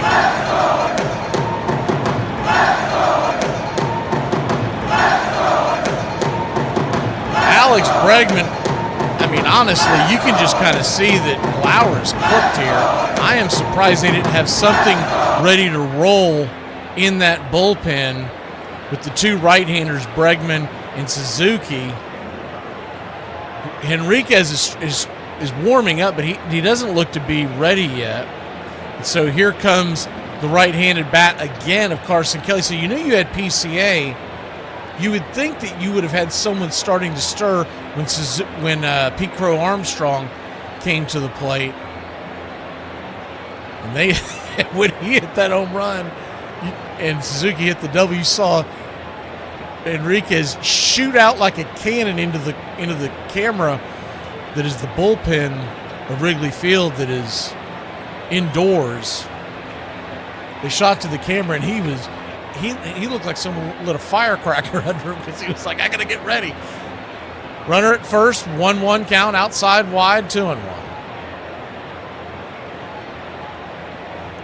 The reason why I would be concerned going into the postseason facing either one of these teams is because they're just going to have more dudes coming out of that bullpen and starting pitching, the combination of them, because you don't need a big rotation to win in October as the first pitch is off of that is called up for a strike. It's now 2-2.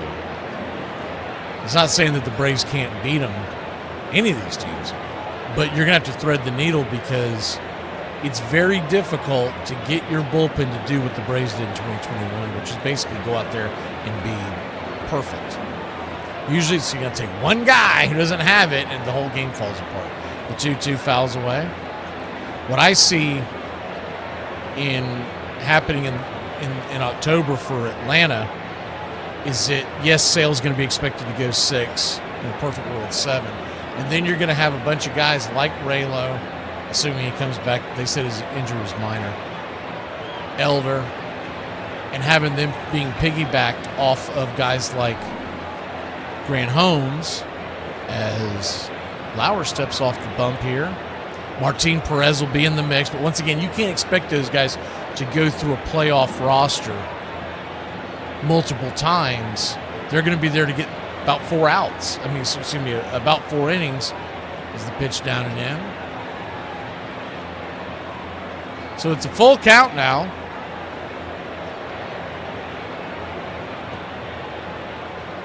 And like I said, it's not that it can't be done, but in years past, if you've ever paid attention to it, you have a 26-man roster, and most teams carry 12 pitchers because you just don't need that depth, and it gives you an extra guy on your bench, an extra bat, as it's fouled back.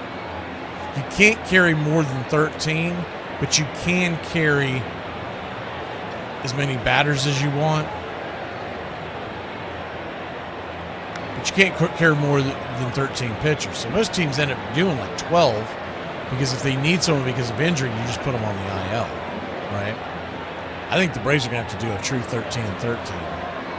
The 3-2 pitch, swing, ropes that ball into left field. That ball's down for a base hit, and it is runners on first and second.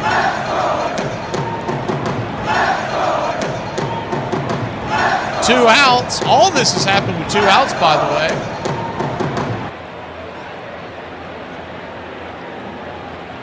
Anyways, I think it was but maybe it was someone else, whoever Daniel T was, asking about the order that they made on that store.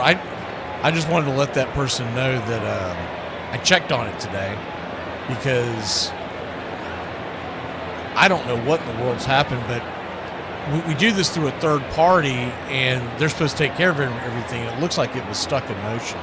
But anyways, I checked on it today. It says it's processing, and they would update them when it sent them away, but I wanted to let whoever that was, because all I get is their actual name, and all I get in here is nicknames. If the Dodgers somehow could fall out of first place as the 1-0, down and away, not first place, excuse me. They could somehow fall out of the first round bye, that would be enormous for everybody in baseball, because you got a better chance of beating Los Angeles when they're coming off of a series. 2-0, right there at the knees, 2-1. It's not likely anyone's going to beat LA in LA best 2 out of 3, but they would go into the next series with Yamamoto and Skubal probably not being ready till game 3 in all likelihood. 3 and 4. The 2-1 pitch, swing, pops it up. Over by the third base dugout, it'll go foul. But that's why the Braves needed that extra dude, because let's say the Braves do not get the bye, and you pitch Sale on game 1, which ends up being on like a Tuesday, and even if you win that series, and best of 3 are really tricky, like you can't always get them. Then what you end up happening is he wouldn't be able to be available till game 2 at the very earliest of the next series, which means you're trying to win game 1 of the DS with what? A bullpen game? Is the pitch down and in? Just missed the zone. Full count. Because let's say he comes back healthy and you get Sale, and then you put Schwellenbach in game 2 or 3. Schwellenbach's not going to be ready till middle of the next series. The payoff pitch, swing, pops it up, high in the sky, and that should end the inning. 6-1 your score. The Cubbies put 3 on the board. We'll be back in a flash. We go to the 5th here in Wrigley. At the tone, leave your name and message. I'll get back to you. Just a drink. A martini, shaken, not stirred. Hell are you doing? I told you we weren't getting involved. You got us involved when you brought us here. Where are you from? What's your real name? What was it before you changed it? Giuseppe. That's all you need, one thieving wop on the team. It's much better than you stinking Irish. Oh, I like him. Just a drink. He can play. He can't throw. He can't throw and he can't field. Why do you like him? He gets on base. You want answers? I want the truth! He gets on base, so do I care if it's a walk or a hit? You do not. I do not. Just a drink. What draws my admiration? What is that which gives me joy? Just a drink. Baseball. A man stands alone at a plate. This is the time for individual achievement. But in the field, part of a team. Part of one big team. Sunny day, stands are full of fans. What does he have to say? Just a drink. I get nowhere unless the team wins. The day may come when the courage of men fail, but it is not this day. Just a drink. Yippee-ki-yay, mother.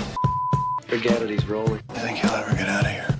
One day, when I got a long white beard and 2 or 3 marbles rolling around upstairs. Get busy living, get busy dying. Just a drink. Do you really want to get him? What are you prepared to do? If you open the ball on these people, you must be prepared to go all the way. Here's how you get him. He pulls a knife, you pull a gun. He sends one of yours to the hospital, you send one of his to the morgue. That's the Chicago way. Just a drink. The Lord hates a coward. Do you know what a blood oath is? Yes. Good, because you just took one. Just a drink. Go ahead. Make my day. You can't handle the truth. Did it ever occur to you I just might go tapioca and throw you out of one of the windows? Just a drink. Perfect. Shaken, not stirred. Cheers. Cheers.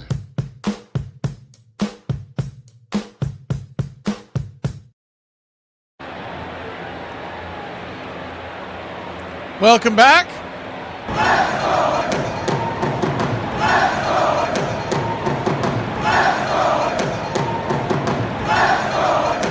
Shohei Ohtani comes to the plate. He is 1 for 2 with the solo shot. Lefty-lefty matchup. Imanaga goes back to work. First pitch high and out of the zone. It's 1-0. Imanaga threw up and in to Shohei Ohtani the very first pitch of the game. And they ended up turning that at bat into a solo home run. But it sent a message. It's the 1-0 pitch, swing and a miss. And I don't think, I went back and looked at it again. I do not think it was accidental. I think it was a purpose pitch. I don't know if they have anything against each other per se. It might have just been to set the tone for the game as the 1-1 swing lifts it out into left field, left center field, down for a base hit. Tyrone Taylor grabs it, and Shohei Ohtani with the base hit. But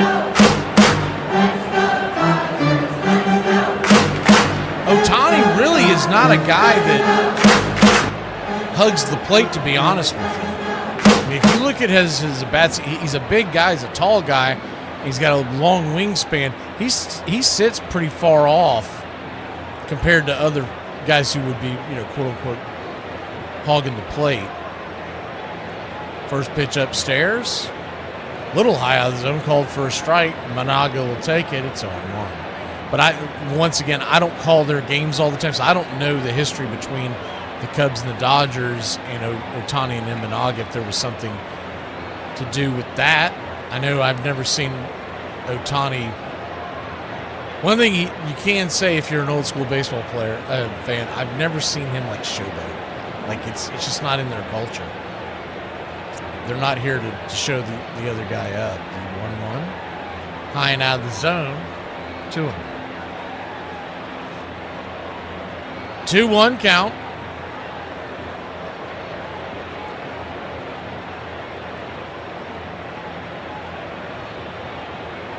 Kicks and fires, swing, lifted, high, lifted deep, going back near the track, and at the wall, just in front of the ivy for a loud out number 1. Fires it back into the infield. I don't care if you're a Cubs fan or not, there's nothing cooler in all of sports than the ivy that hangs on Wrigley Field.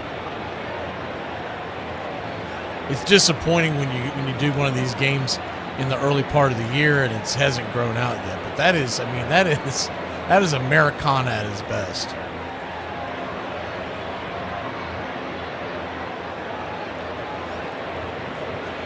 And to me, that it's one of those things. It's not the only thing, but it's one of those things that makes baseball the greatest.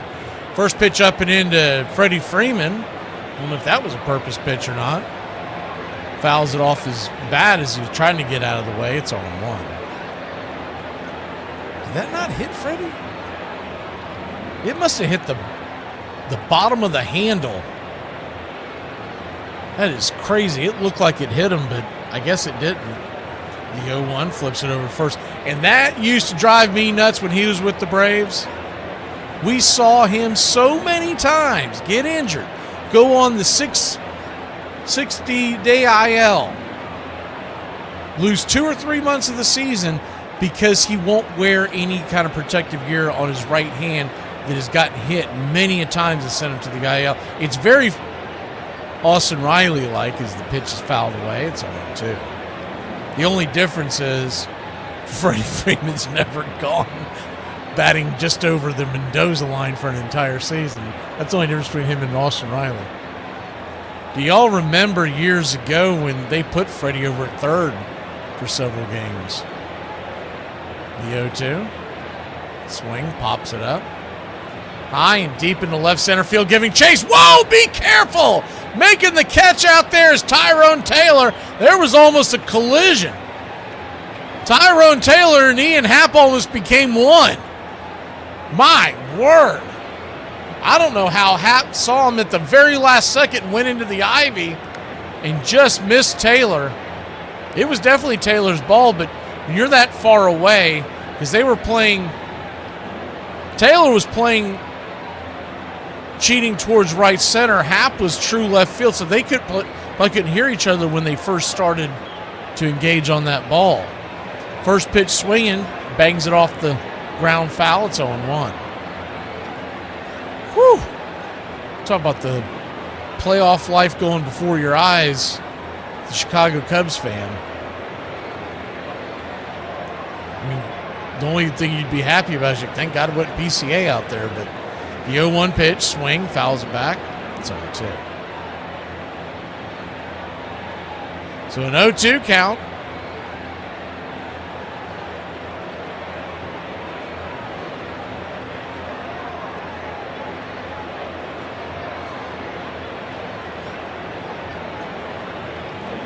First game of our doubleheader tonight, 7 o'clock Eastern, Braves and Marlins. The 0-2 pitch, swing, chopper on the ground, backhanded by Horner at second, fires it to first, and he's going to be safe. Everybody's safe, and the Dodgers keep the inning going.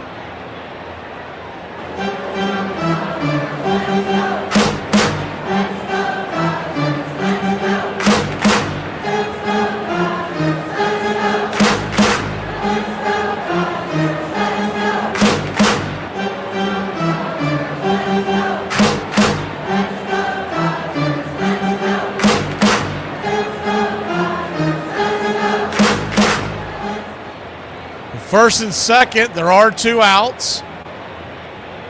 And Kyle Tucker's coming to the plate. One swing could make this a 2-run game. Tucker, who's had a very disappointing season by his standards and by any standards of a Dodgers fan who would have expected more out of someone you paid $60 million to. First pitch on the way, outside wide, check swing for a strike. It's 0-1.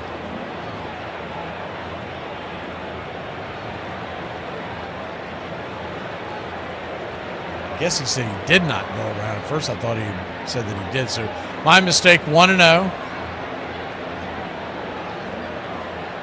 Managa brings it. Swing, pop up.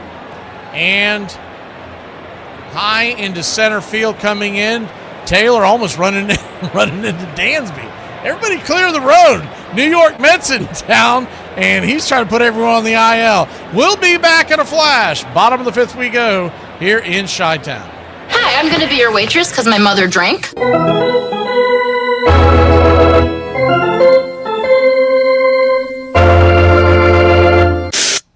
Pete Rose, a very unforgettable moment took place in All-Star Game history back in 1970 in Cincinnati. And as we run it up here, I wonder if you'd talk about it and describe it. Well, I'm running third. Hickman got to hit the center, and I start to slide head first right there, but I saw I couldn't be safe because Fosse was blocking the plate, and it was my advantage because he was reaching for the ball, and I happened to hit him at the right time, and I scored the winning run in an extra inning ball game. And I missed 3 games, but unfortunately he separated his shoulder and played the next month with that, and it sort of ruined his career. But I think you have to try to do anything. I think that was a clean slide because of the way he was positioned at the plate. You're no catcher, you know what I mean. And I didn't try to hurt anybody because he was at my house till 3 in the morning the night before, and I was just trying to be safe playing in Cincinnati. Thank you, Pete. Back up to you. Armchair.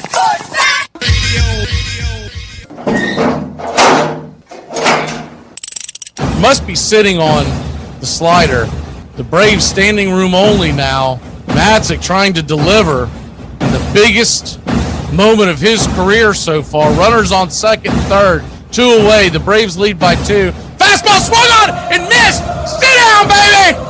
Matzik comes in and absolutely yaks the whole side. Because we've been playing it fundamentally the same way for so long, the way that we can find the benchmarks that cross generations and cross decades is to be able to use these statistics as if they were labels. They aren't numbers. 300 hitter is not a number. 300 hitter is a tag that means something today, as it did in 1930, as it did in 1890. So the statistics become a means by which we can connect to the permanence. I can make that comparison with my father, who could have made it with his father. Welcome back. 6-1 your score. Edgardo Henriquez coming on with a 3.27 ERA, the right-hander.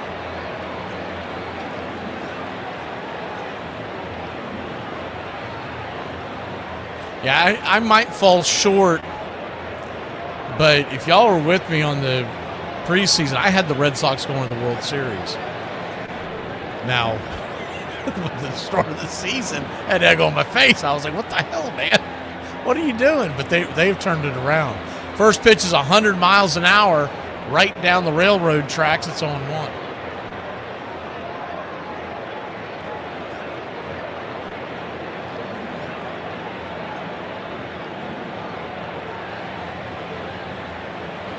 The 0-1 pitch upstairs. 0-2.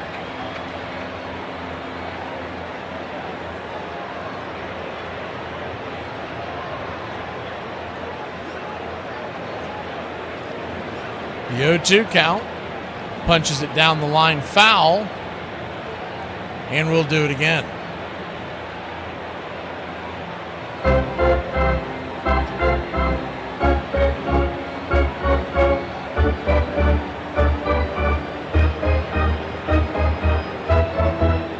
The 0-2 pitch, swing, chopper on the ground.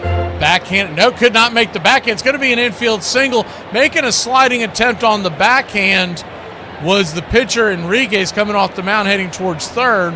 And then Muncy tried to barehand it, and he had no grip on the ball, and it'll be an infield single for the Cubbies.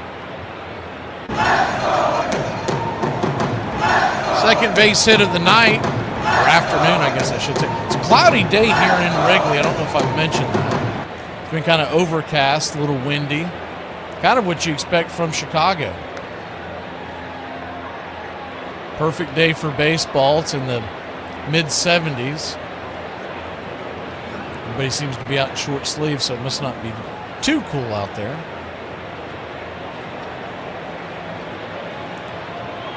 One second, big truck. I'll look it up for you.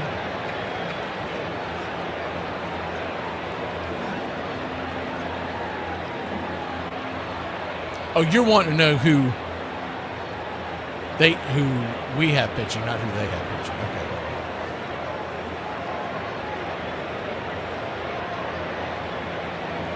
It's Bryce Elder. Righty-lefty matchup here. Hap inside. 101 miles an hour, it's 1-0. Bryce Elder versus Jansen Junk. I'm sorry, versus Yuri Perez. Tomorrow, it's Martin Perez versus Jansen Junk. 1-0 count. Upstairs. Yuri Perez, the Braves have gotten to him in the past, but Yuri Perez is a really good right-handed strikeout pitcher. So if he's on, Elder's going to have to bring his A game. But if the Braves can get to him, we haven't gotten to him the last couple of times we've seen him, but we have in the past is the 2-0 pitch. Upstairs, dots the I in the corner, 2-1.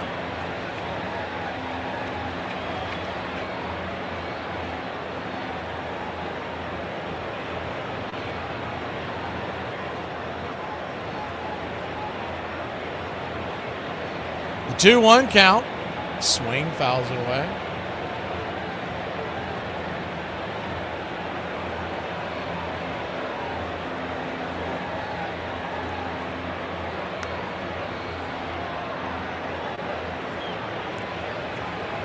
Cubs 6, Dodgers 1, runner at first, nobody out, and we're here in the bottom of the fifth. Slower moving ball games, they typically are in Wrigley Field. The 2-2 pitch, swing and a miss. Strike 3, one away.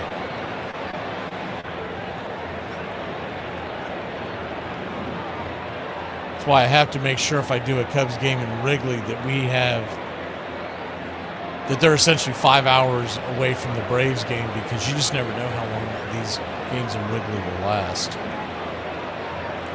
We do all the Friday games nowadays in Wrigley, the Friday day games. Righty-righty matchup. First pitch swinging on Dansby Swanson. Fouls it back. It's 0-1. Looking at it the other day, I think there's only 3 left in Wrigley on Friday afternoon. August 14th, so a week from Friday. And then they play on the 28th. And then they also play on 9/11.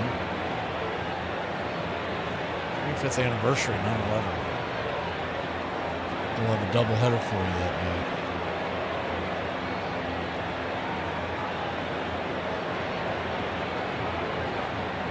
In some ways, it feels like it was yesterday. The 0-1 count. Swing, chopper down the line, foul. Unless they change it Right now, it's going to be Chris Sale versus Max Fried on Friday night. That is going to be must-see. I mean, cancel any plans you think you have. You want to be here Friday night. Saturday is the 0-2. Ball gets away, goes all the way to the backstop. And see if they do a pass ball or wild pitch there. See that play again. Yeah, that'll be a wild pitch. It went in the dirt. Scooched under the glove of Fiducia, but I know I'm a broken record with it, but we see more of those nowadays because they're willing to give up wild pitches to try to get the frame from the catcher who now sits on one knee. Pitch fouled away.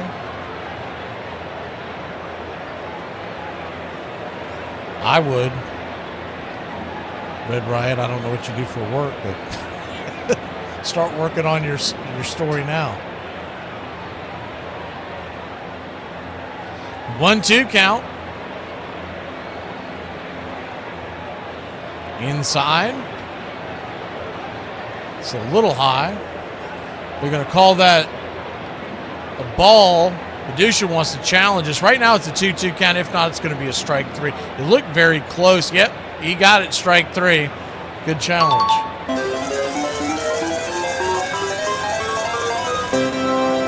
Yeah, we see the Dodgers at the end of this month, not next month. We see the Dodgers August 25th, 6th, and 7th in Atlanta. We get the Cubs in September in Wrigley. Middle of September.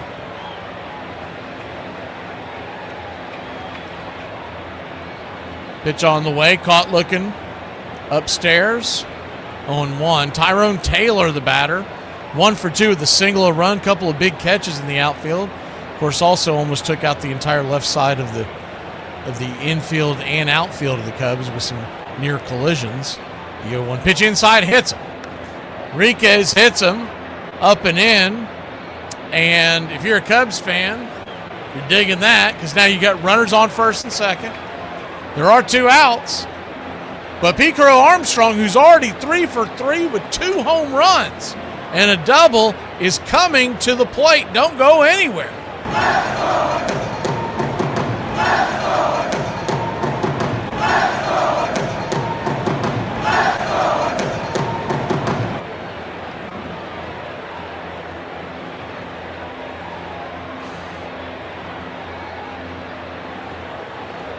All those Cubs games, by the way, are night games as well. The Dodgers games, you know they're going to be night games. Braves will not do a getaway day for the Dodgers in town. First pitch, swinging, bangs it down. Oh, swing and miss, excuse me. He was looking like he had knocked the hell out of the ball. So I thought it was a foul ball.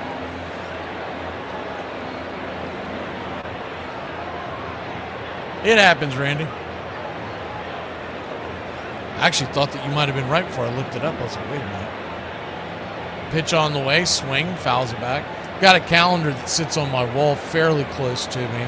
A little hard to read from this distance, but as soon as I looked over, I saw it. I was like, well, wait a minute. Did I write that down incorrectly, or what's going on here?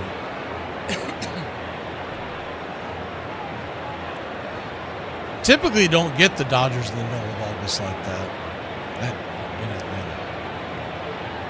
The 0-2 count. Brings it. Swing and a miss, strike three, and that'll end the inning. Cubs lead it 6-1. We go to the 6th here in Wrigley Field. Hey, this isn't my coffee. Where's my finely ground quinoa blend from Starbucks? That's it. Daphne put an eggshell and some allspice in it. Didn't that just dress it up? Let us get something clear. I am not a morning person. I have to ease into my day slowly. First, I have my coffee. Sans eggshells or anything else one tends to pick out of the garbage. Hey, Braves Country, this is Mac McGee with Braves Country Radio. We are bringing you pitch by pitch, play-by-play of your Atlanta Braves all year long. Please like and subscribe today. It's free. and it helps us bring you more of the game we all love. Braves Country Radio, your home for the classic call of Braves Country Baseball.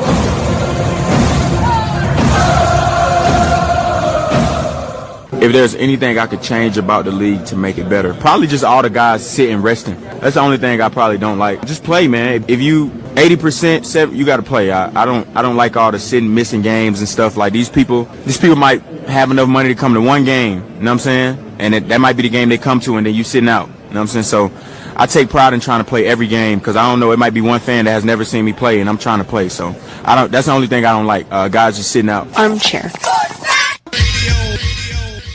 Who is on first? What are you asking me for? I don't know. When the University of Illinois played Northwestern, Illinois rooters fired blanks into the air. Much more convenient than yelling, the campus paper said, and has a better effect on the visiting team. And when the Princeton Tigers beat Yale, their fans roared right onto the field. Braves Country Radio. Please like and subscribe today. YouTube.com/@BravesCountry.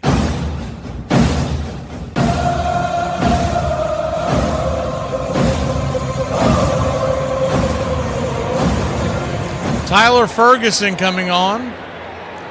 I meant to ask Big Truck something. I forgot all about it. Tyler Ferguson coming on, 15 innings this year. He's got a 6.00 ERA, but they do have, I think he left Charlie. He'll probably be back tonight. I need to remember them. They do have a 6-1 lead. First pitch on the way is right there for a strike. It's on one.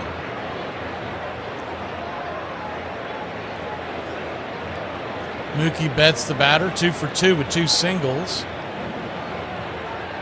The 0-1 pitch swing, rips it into just past the diving glove of Dansby Swanson into left field.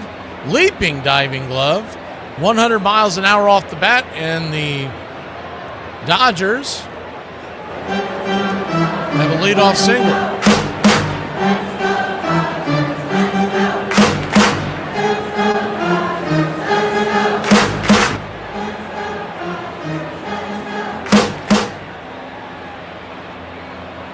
Sure could use Fried right now. First pitch on the way is off the plate, wide, well wide. What is that? That was a strike. All right. They didn't challenge it. It's 0-1. Oofa. That was a... What the hell was that pitch? The 0-1. In the dirt. 1-1. What you saw on your screen where up here, that's pretty close to where it was, a little further off. Wasn't quite pitch out territory, but it could have been a sneaky pitch out if you wanted one. I mean, it wasn't too far off the mark. Who played umpire today is Eric Backus. The pitch on the way, swing ripped towards right, but right at Suzuki. He'll make the catch. And there's one away. Yes, he is, Jernai.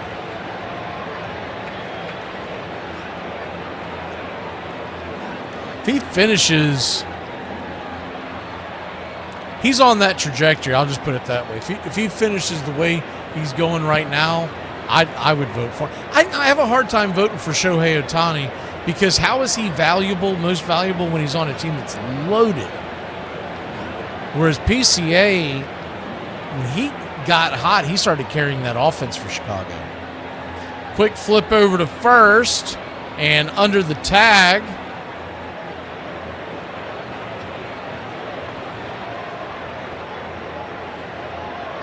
Here's everything's okay over there. There was some kind of a delay. It was a weird delay off that tag. Bush leaped up like he was chasing the ball, but then flipped it over back to the pitcher. Check swing right there. Looked like his cutter. It's 0-1. Righty-righty matchup. Good to see you, George.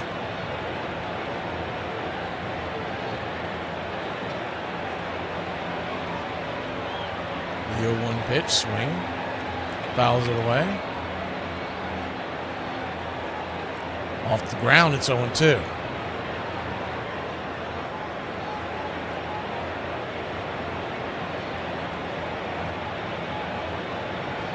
Big Truck was supposed to be come into the chat last night. I guess is my main question, and I don't.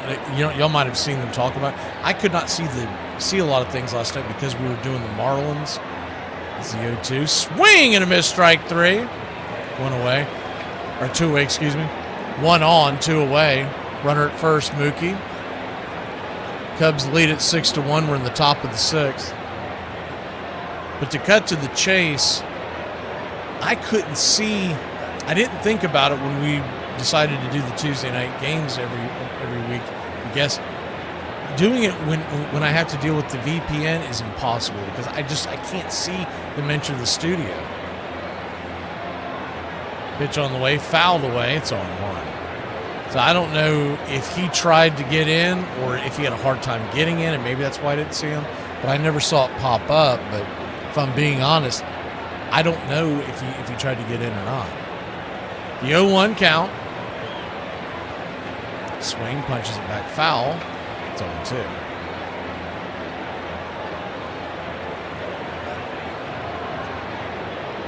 Where I see people enter the studio, that device is used for me to be able to catch any game that's in the state of Florida, is the short of it. So I'd have to just kind of sense that they were there. The 0-2 count. Outside wide. 1-2 count. Runner at first, 2 outs. Top of the 6th inning. 6 runs, 12 hits, no errors for Chicago, 1-9-0 for the Dodgers.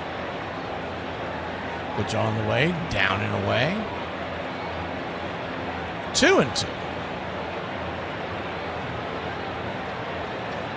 They're trying to sneak an inning through with the guy with the high ERA versus the Dodgers. They may do it. The 2-2, swing lifted.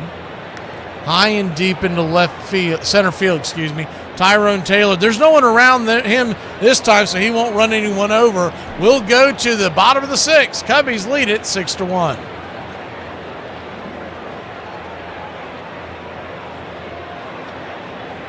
Are you okay, pal? I had a rough day on the job. Are you going home now? I was about to. Well then, you just fulfilled the first rule of law enforcement. Make sure when your shift is over, you go home alive. Well, there's been so much going on. We have so much to talk about tonight, so let's just get right to it. Alrighty. I'm not going to whitewash it. I let my church down, and I let my family down. And didn't we let something else down, like our trousers? Armchair.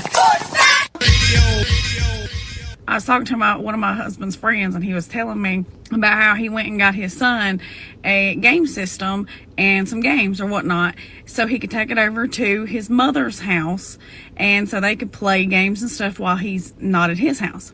So anyway, he messaged him the other day and said, "Hey son, you want to play Call of Duty?" So the son messaged him back and said, "Mom took my game system away." So of course he goes and texts the ex and he said, "Why'd you take my son's game system away? What happened?" And she said, he won't let his brothers play with him, so I took it away. And he messaged her back and said, "I bought that game system. That's his game system. He don't have to share. Give it back to him." And she said, "Well, in this house, we do share." So she said he said that he texted back and said, "Oh, well, that's crazy because you got 4 kids in the house that don't share the same daddy, so give it back." The best of us keep as much of that childhood with us as we grow into adulthood as we can muster. And the most creative, the most happy, the most fortunate of us are those who don't lose the sense of play. And even after we're past the point of being able to actually play the game with any skill, if we love it, then it's like Peter Pan. We remain boys forever. We don't die.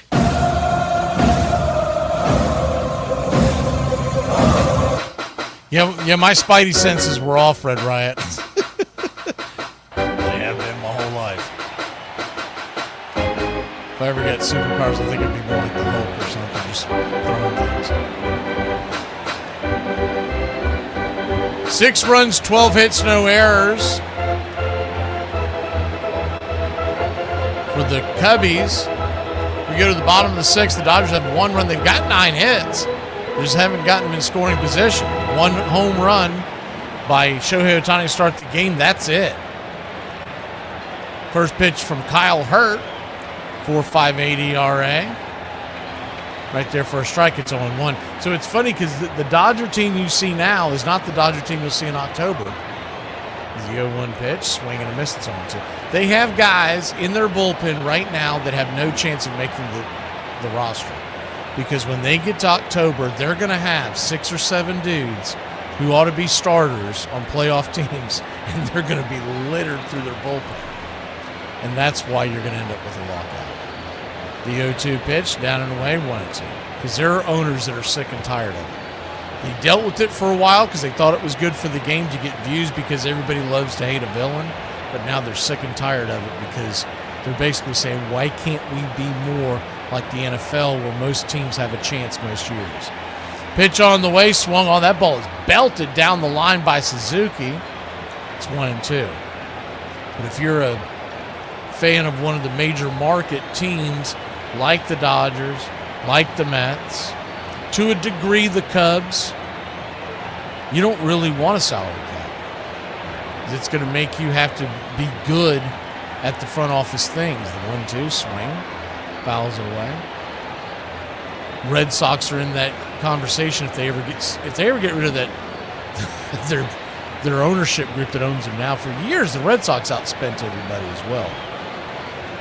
Them and the Yankees, they were the big spenders, but the new ownership group, they're not that new. They've been around for a while, but they don't care one thing about baseball. They're a soccer team, and as long as all of them are making money, that's all they really care about it.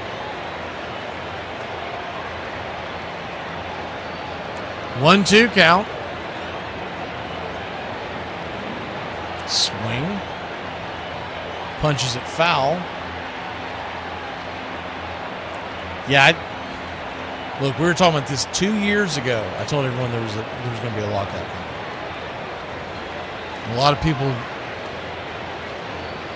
because the reason why you know this is they haven't done a thing. It's been 5 years since the last CBA. The 1-2 swing and a miss, strike 3. One away. When they signed the CBA agreement in 2021,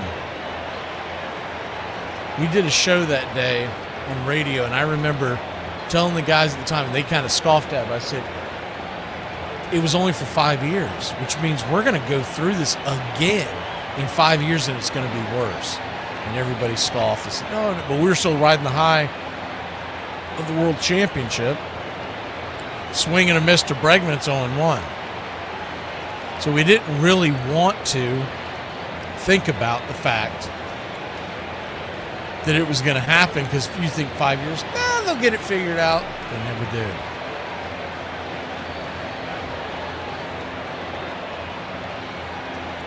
Okay, I was just curious because I'm assuming that I didn't see him.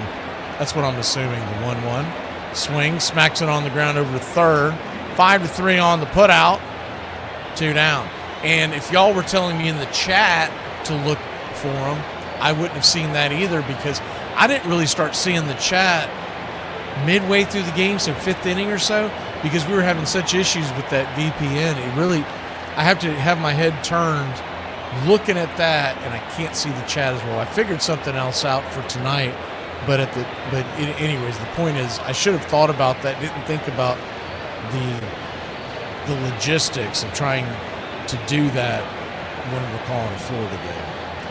Pitch on the way is swung on and popped up into center field, bottom of the 6th. 3 up, 3 down. We go to the 7th here in Wrigley. 6-1 Cubbies. This is a fun fact for you. A leopard can drag another animal twice its weight up a tree.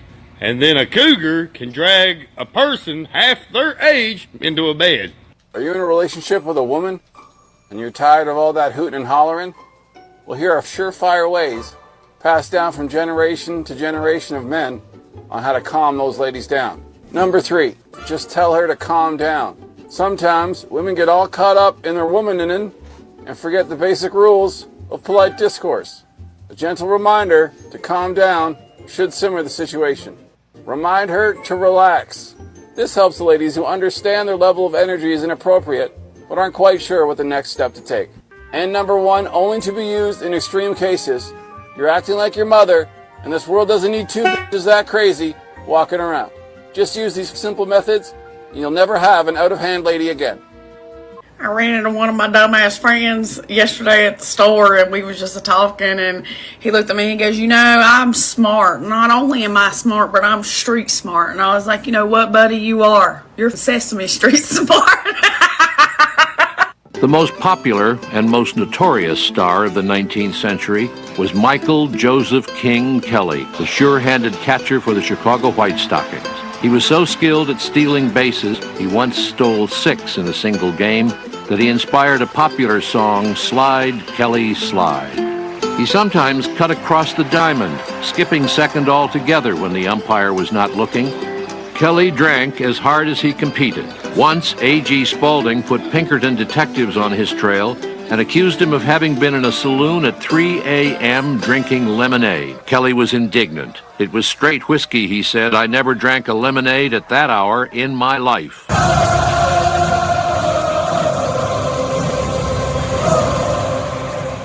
You really want me to blow your mind? I'll tell you what's really going to floor the American sports fan. So I predicted, I'm sticking with the prediction. By 2035, we will have a strike in college sports. Shohei Ohtani, the batter, first pitch down and in for a ball. It's 1-0. It's probably going to be before that, but I'm giving myself some leeway. Mark it down. By 2035, there will be a strike/lockout. The 1-0. Swing and a miss. 1-1. The thing about the MLB one this year, for the first time that I can ever remember, fans are on the sides of the owners and no longer on the sides of the players. It's not a problem. It's going to happen, Richard. If you follow the news on the sport, is the pitch outside wide, 2-1. Think about how fast it's already escalated the last couple of years with the NIL money, and it's no longer a college sport. It's minor league football, minor league baseball, minor league basketball. As the pitch is fouled away, it's 2-2. And it comes down to, it's a very LA Dodger thing that's happening in the sport. There's a handful of teams that spend a lot more money than the rest. And so that's the haves and have-nots, just like the Dodgers. Pitch, swing and a miss, strike 3, and there's one away. Shohei Ohtani down on strikes. 2 for 4 for the day. He had a single and then the home run to start it all off. But that's what you have going on in the world. If you look at the NIL money that is spent on the top teams, in we'll just take college football, for example, but basketball is doing the same thing. There's a huge discrepancy between that and teams in their own conference. It's the first pitch right there at the knees. It's only 1. So anyone who still believes that college sports is this, they play for the love of the game, all that nonsense, it is wrong. You don't know what you're looking at. The 0-1. Right there for a strike, it's 0-2. And because they've eliminated the importance of the regular season, they're going to spike their nose because of their face, because they continue to expand the playoffs as the 0-2 in the dirt. Check swing. Did he go around? He did. Did not get the call. Wanted to. But what you're going to get is there's going to be schools as the pitch foul back, and they're really no longer schools. Their own individual mini sports franchises. But those franchises are going to get tired of certain things, and they're going to demand that there's rules, a salary cap per se, and there's going to be pushback on the ones who are winning because there is none. The 1-2 fouls it off. Cubs 6, Dodgers 1. So, for instance, we'll just take the state of Alabama, for example. You look at the difference between the money that is spent with Alabama and Auburn, it's a huge discrepancy. You look at the difference between how much money Georgia spends compared to Georgia Tech, it's a huge discrepancy. The 1-2 outside wide, 2-2. Now, used to, it wasn't right in front of your face. Used to, everybody lied and said these players weren't getting paid, and they were all getting paid under the table. But now it's in a hard black and white. You can see how much they're being paid. 2-2 count, out and away, 3-2. And I know a lot of fans who have lost interest because there's no loyalty, because when you sign with a team, you can hit the transfer portal a month later and nothing happens to you. The payoff pitch, swing, whips it down the line, foul. And so at least in your professional sports, you know if you're a Cubs fan and you sign player X, Y, or Z to a 5-year deal, he's yours unless you decide to trade for him and get some value back.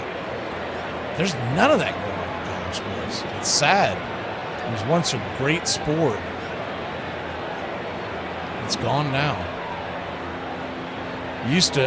The moment they started that transfer portal thing and the NIL creeped in, I was like, oh God, it's over. Payoff pitch, swing and a miss, strike 3.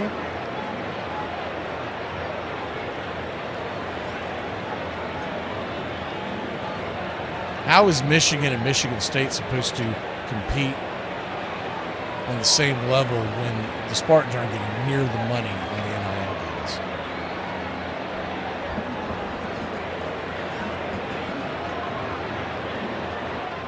So it's strange, but the working man has now ended up drifting towards pro sports. Or the everyman, I guess I should say, is the first pitch outside to Hernandez, Kike Hernandez, the batter. It's 1-0.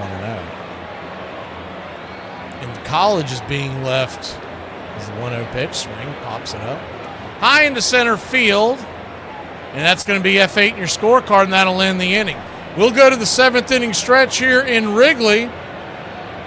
6-1, Cubbies over the Dodgers.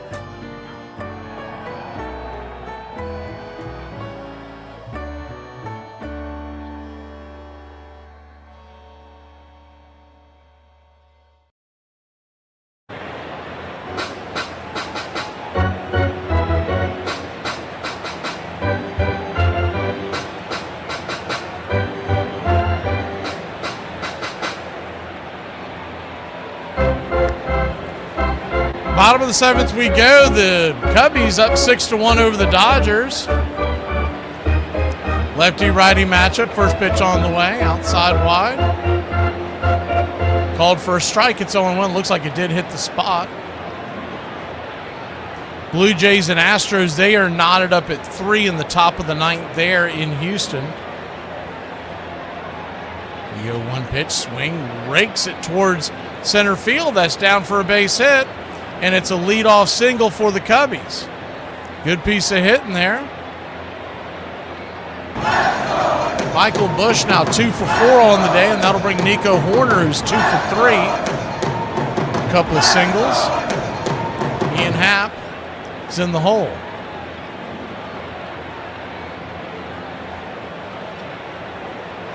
I know everybody points to the Dodgers on the trade deadline. I think the Cubs won it. You asked me the one team that won it, I think it's the Cubs. They added Gausman. They added, don't sleep on that Clay Holmes addition.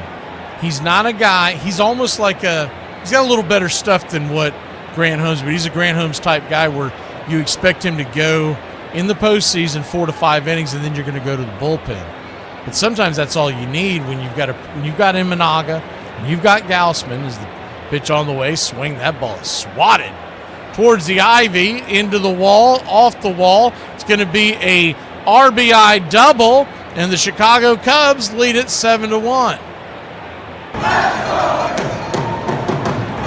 Left fielder out there, Tommy Edman, was trying to play the card of I can't get the ball. He put his hands up, hoping for a grounds rule double, but that was just trying to play it. The ball bounced off the screen, went into the ivy, and then trickled out immediately. So he was never going to win that argument.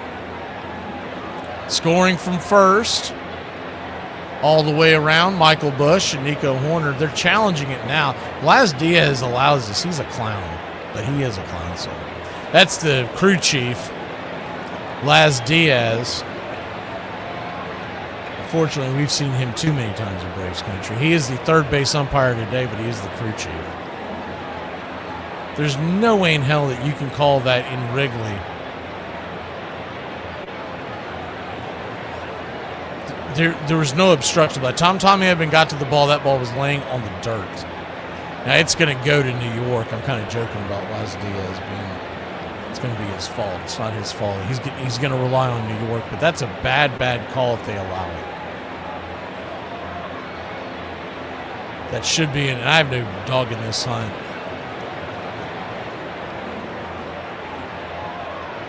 At 7-1, your score, bottom of the 7th. In theory, it might be better for the Braves if the Dodgers were to win, but that's long-term thinking there. The short-term, the Braves are trying to catch them in the standings for the overall best record. I don't think anybody's going to catch Milwaukee. Milwaukee is always what Milwaukee is. They'll start off modest, and then they'll get hot, and they'll lean on their pitching depth. And the call is confirmed, so he did a terrible job. He did the safe signal and pointed second, saying it's a double. Well, Horner already had a double, dipstick. He should have been pointing to the plate, but whatever.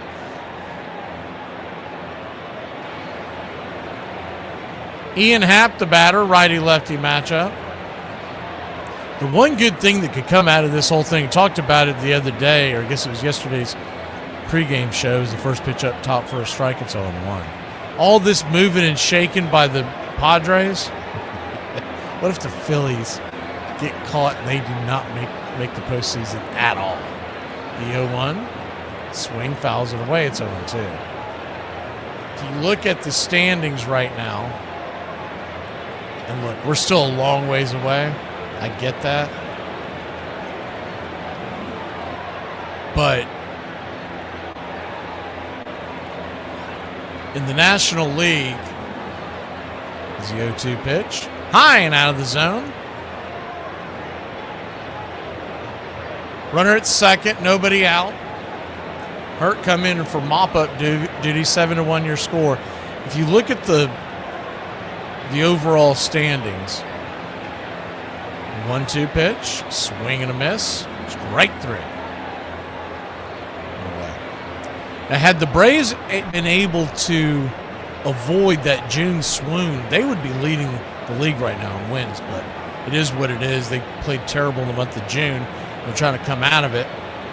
But sitting right now, in theory, they're a half game behind the Dodgers, and they're just a couple of games behind Milwaukee. The reason why I say Milwaukee will probably win the best record is pitch high and inside. It's 1-0.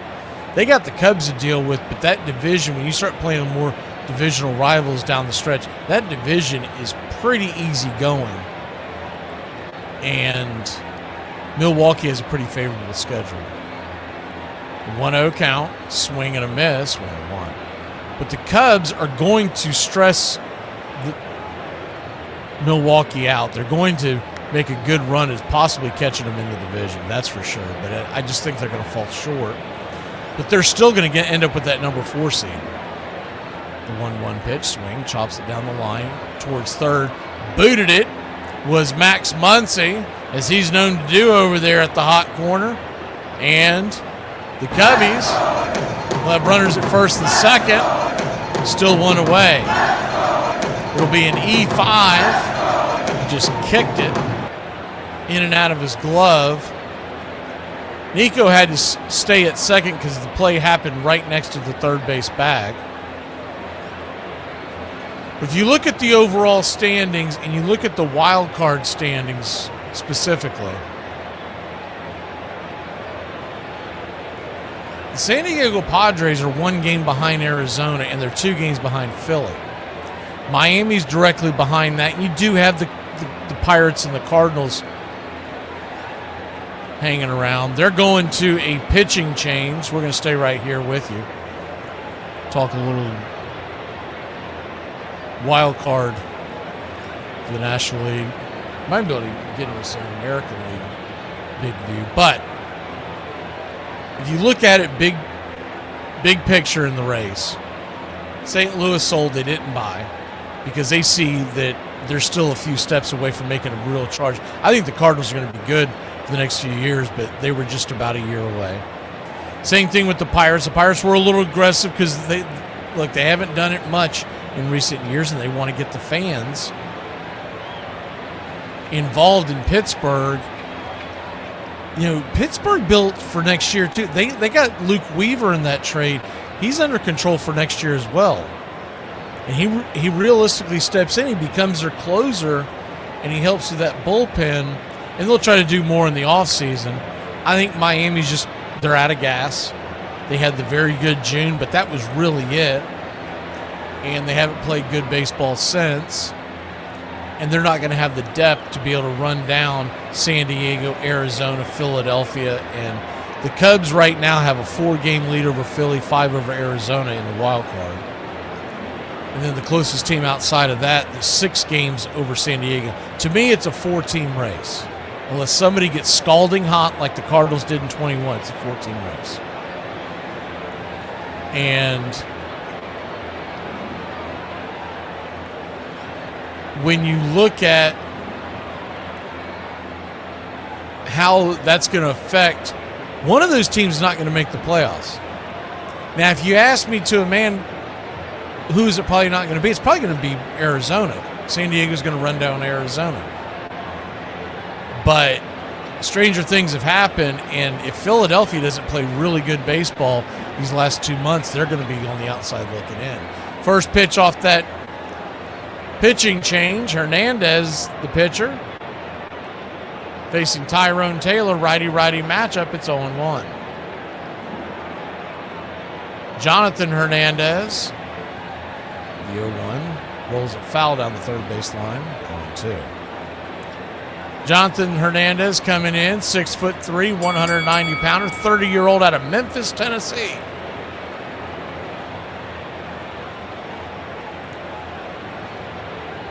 He's played for Texas, Seattle, and now picked up by the Dodgers. The 0-2 pitch, swing, lifted, high into left field, coming over, making the catch. F7 in your scorecard, Tommy Edman.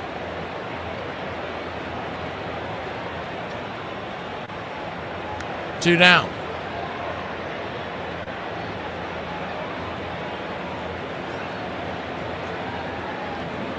2 on, 2 out. And here we go again. Pete Crow Armstrong, PCA. Seems like he bats every single inning. He is 2 home runs. And the first pitch swinging. Going to pop it up to Max Muncy making the catch, and that'll end the inning. Pete Crow Armstrong, though, 3 for 5 with 2 home runs, a double, and 4 RBI. Cubbies lead it 7-1. We go to the 8th on the BCR Network game of the day. 106 miles from Chicago. We've got a full tank of gas, half a pack of cigarettes. It's dark, and we're wearing sunglasses. Hit it. I have come here to chew bubblegum and kick ass. And I'm all out of bubblegum. It's happy hour. When wins become losses and losses become wins. You guys going to happy hour? I'll come for a couple. Just a couple, though. Not like last time. I need a drink. When buying a beer, buying only one beer can cause a misalignment in your spine due to the uneven weight distribution. This can cause unnecessary back pain and potential spine issues. To prevent this, carry 2 beers, ensuring your body is balanced and proper health maintained. Afternoon, everybody. Put my pants on, one leg at a time. Does Barry Manilow know that you raid his wardrobe? Guess what? I got a fever, and the only prescription. Ladies and gentlemen, we interrupt our program of dance music to bring you a special bulletin from the Intercontinental Radio News. You're in Braves country. Everybody drink a beer.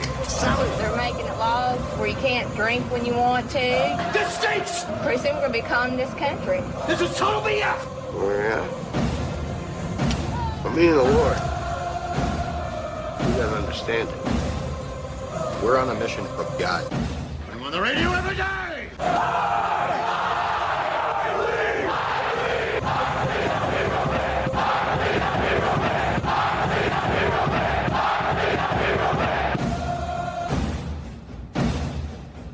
If you want to stop me, you're gonna have to kill me!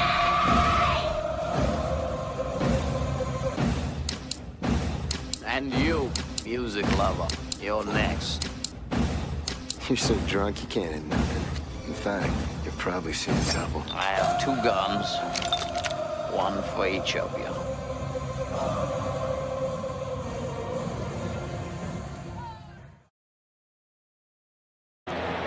We go to the top of the 8th, 7-1. Cubs lead. Caleb Thielbar coming on. Trying to keep it right here.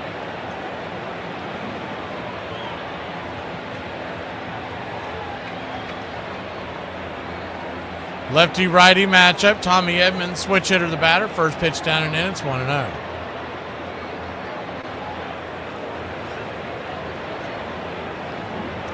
1-0. Turns and kicks. High and outside. 2-0.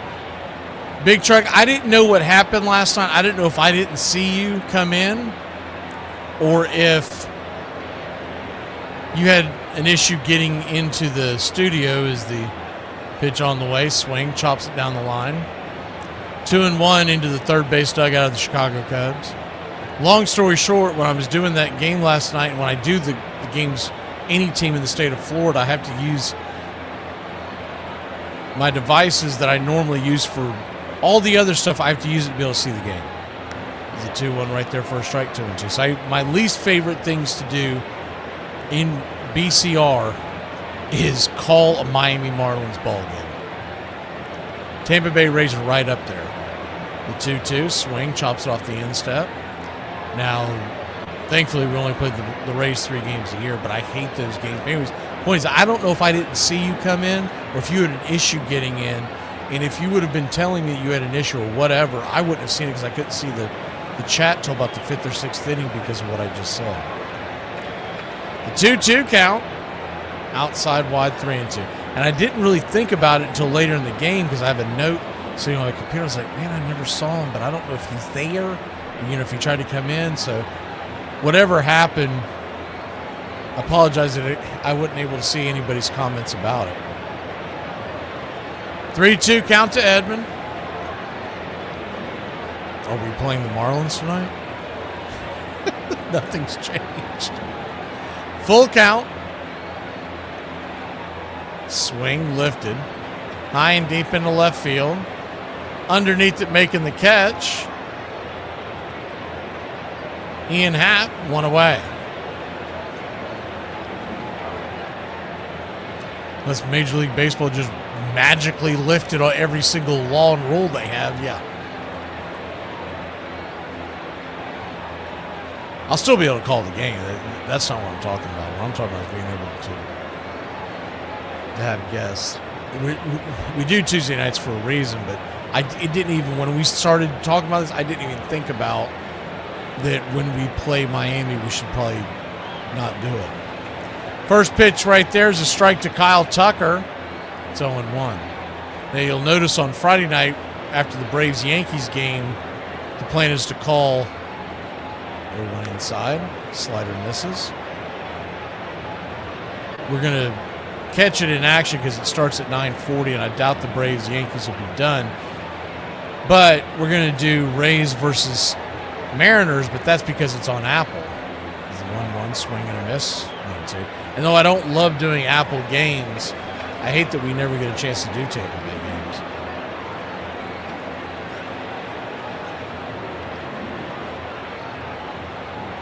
One-two count.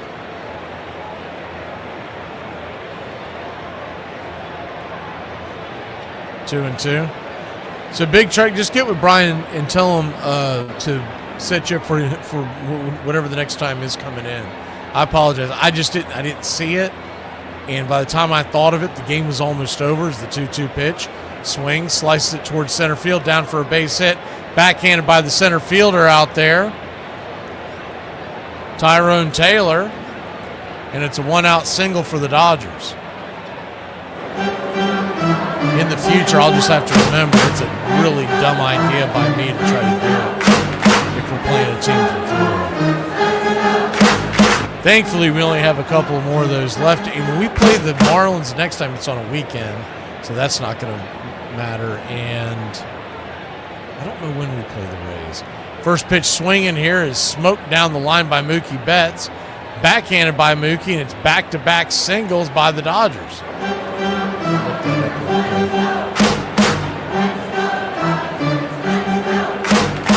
I think it's in September. Yeah, September. Wouldn't you know?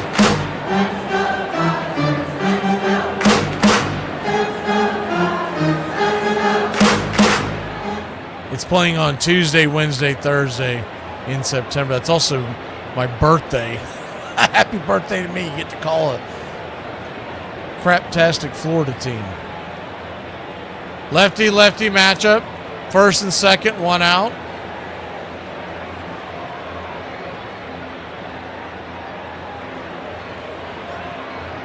Pitch on the way, swing and a miss. 1-1. And the way they've done the Marlins this year with the Braves, they played them in 4 separate months. So it's added to the nonsense. The 1-1 swing, blasted, high and deep, and don't go anywhere, y'all. We got ourselves a ball game. Boom goes the dynamite. It's a 3-run shot. And the Cubs playing with their food, putting Thielbar in here. They've made it a ball game. It's 7-4.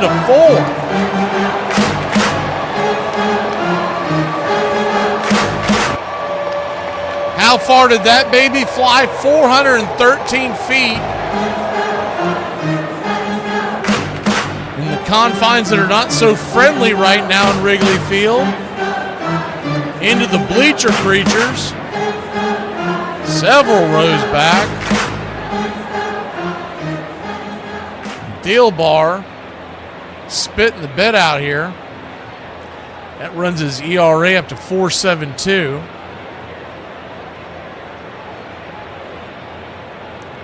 And that's why the Dodgers are so hard to beat, because even a guy like Max Muncy, who's on the backside of his career, still can pack a punch. He's their number 7 hitter, which is comically funny. He'd be batting in the middle of the order for most teams.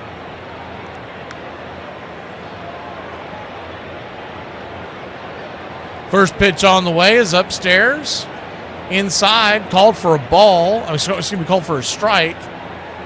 It's 0-1. It missed the mark, but Zephyrhan is warming up the right-hander.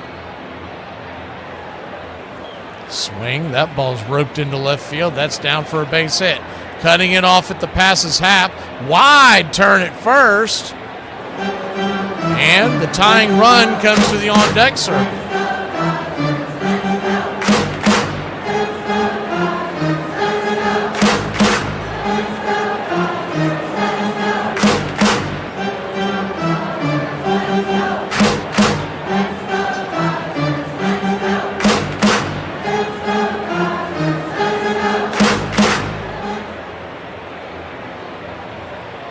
So runner at first and one out.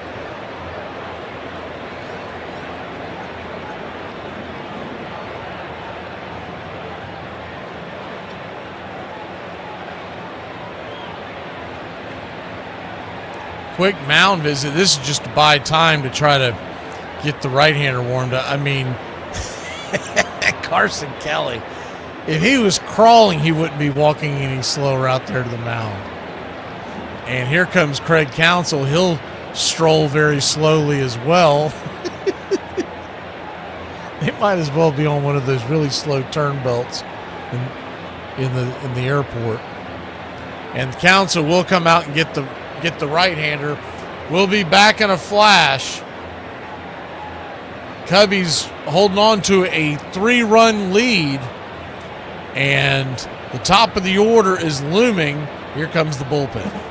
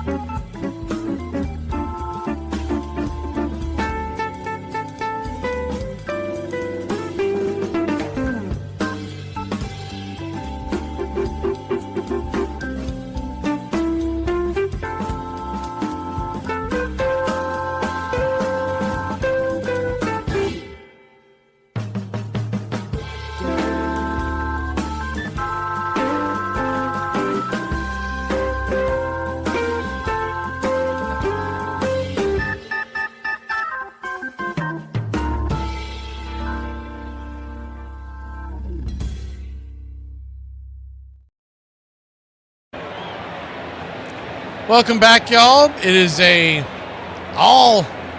lot closer than if you stepped away a second ago. 7-4 your score, 1 on, 1 out. Ryan Zephyrhan, the pitcher, excuse me. And the first pitch is swung on and fouled back 97 miles an hour. It's 0-1. Teoscar Hernandez pinch hitting for Fiducia. I was surprised Hernandez wasn't in the lineup today with a left-hander like Imanaga. You would have thought he would have been in the fold. 79 games this year, 256 and 11 home runs. The 0-2. Kicks and fires. Swing and a miss. Filthy pitch. Nasty bend. 2 down.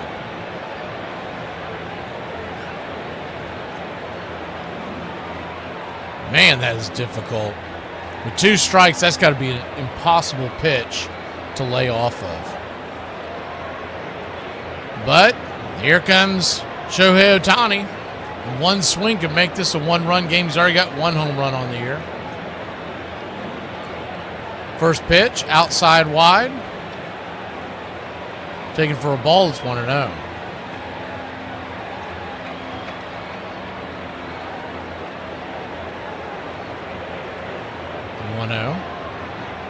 Right there on the outer edge.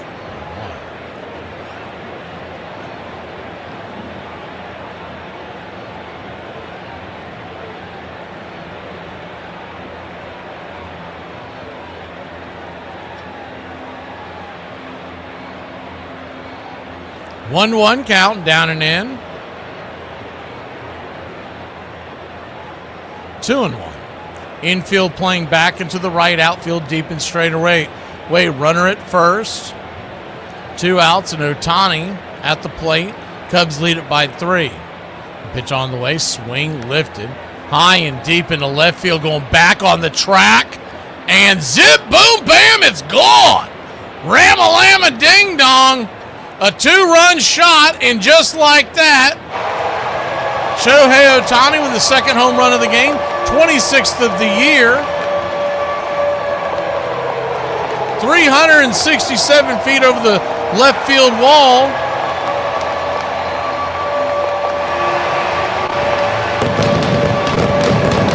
And anybody who thought this game was over, you would be wrong.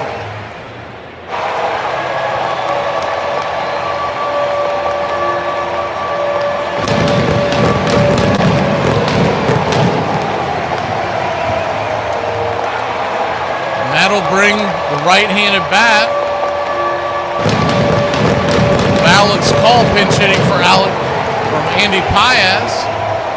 It's 1-0.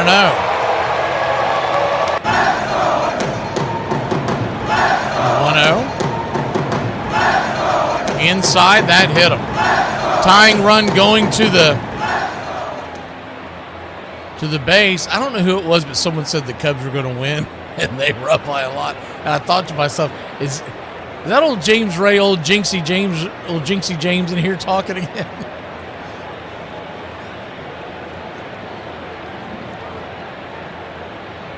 Quick mound visit by Hottovy as Zephyrhan, after striking out Hernandez, is spinning out of control here. The funny thing is, when they went down 7-1, Dave Roberts, who was it the one that fired Dave Roberts? He started pulling his starters out. So that's why Alex Call was in for Andy Paez. That's why Kike Hernandez is hitting for Freddie Freeman. So if they end up falling a run short, you can't exactly blame Dave Roberts for that. But in his defense, they were down 7-1. He was trying to give these guys who play every day a rest. Rollison is warming up in the pen, the southpaw. Standing on deck is Edman and then Tucker. He's really being warmed up to face Tucker. This game is far from over. Righty, first pitch upstairs. Kike Hernandez misses it. 1-0. Hernandez back batting .294. He's only been back about 7 games. He did what he said he was going to do. He was going to wait till later on to come back with the Dodgers. He didn't want to play a full year.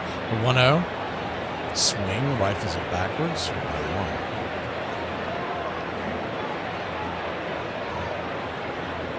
He's just a hired gun for the playoffs. He's got that playoff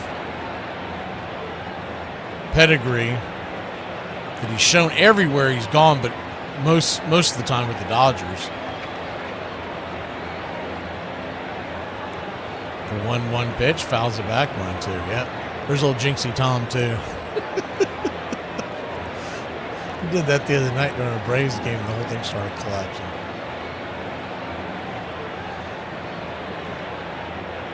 The 1-2 count. Yeah, we won't be going to extra innings. I gotta get ready for the other game. We'll bring you 9, though. The 1-2. Down and away goes the backstop, rolls all the way away, and the tying run is in second.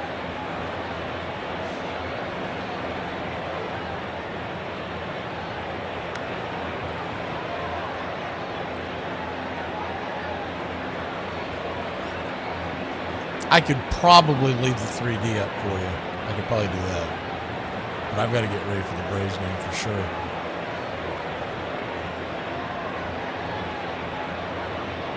I don't think that would affect anything. Pitch on the way, swing and a miss, strike 3, and that'll end the inning. Cubs get out of it, but not before they choke off 5 runs. It's a 1-run ball game.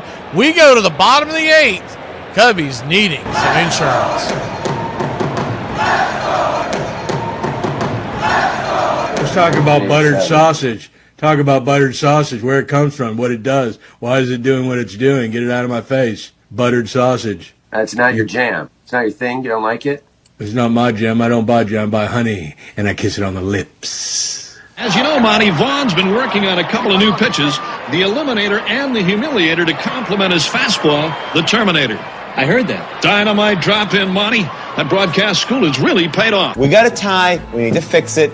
We need a tiebreaker. I agree. Ties are not acceptable in fantasy football. Fantasy football is about proving that you are better than your friends, not equally as good as your friends, okay? It's not communism. We're not coveting Billy Joel cassette tapes and wearing ill-fitting blue jeans. This helpful instructional message from the National Association of People Who Have Trouble Walking and Chewing Gum at the same time. Step, chew. Step, chew. If I could change anything about basketball, it'd be to get rid of the X Games.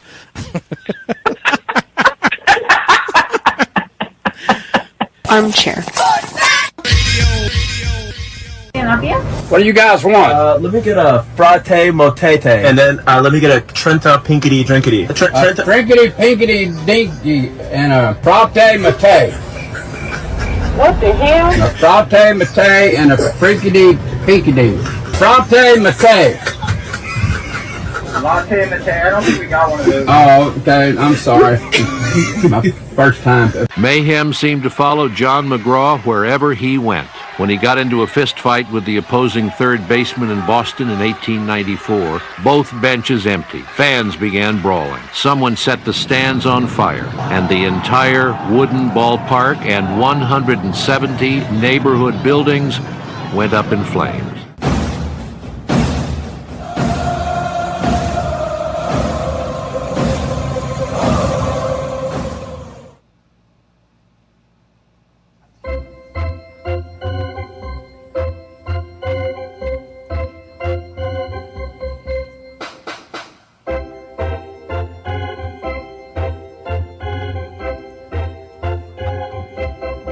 Seven to 6 your score. Cubs clinging to a 1-run lead.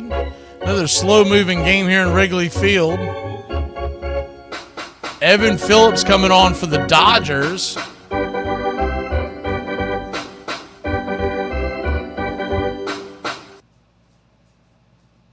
Eight innings, a 5 ERA, and righty-righty matchup. First pitch down and in, it's 1-0.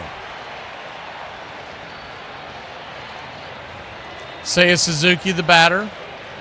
1 for 4 with the double.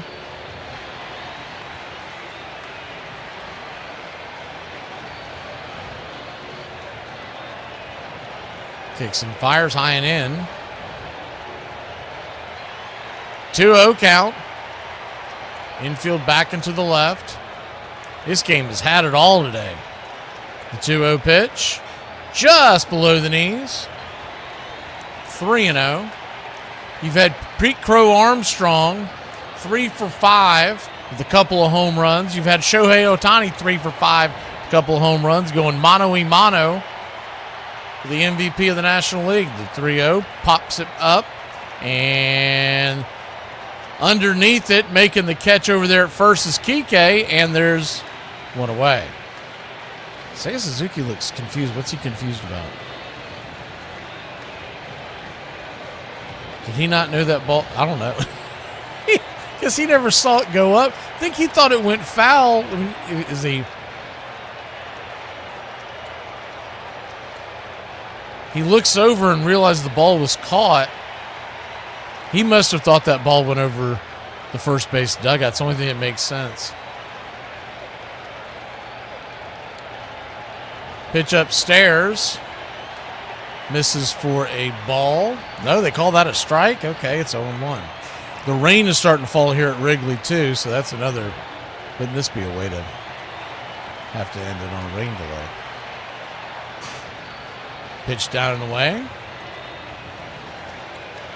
It's not a hard rain. It's more of like a misty rain, but the fans are starting to get a little hard, and the fans are heading towards the exits. The 1-1 swing, pop up. High in the sky, fighting the sun and the gray clouds, making the catch out there in center field is Tommy Edman, who has shifted over to center. Rortfit is behind the plate. Teoscar Hernandez is in left.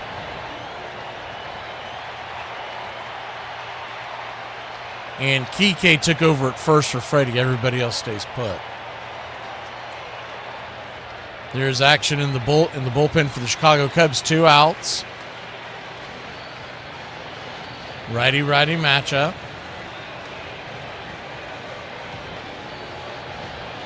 Pitch swung on, foul back. It's 0-1.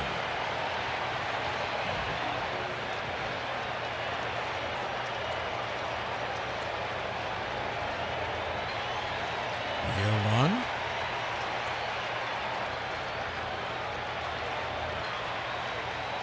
Swing. Smacks up the middle, and it's a base hit. And it's a 2-out single for the Chicago Cubs.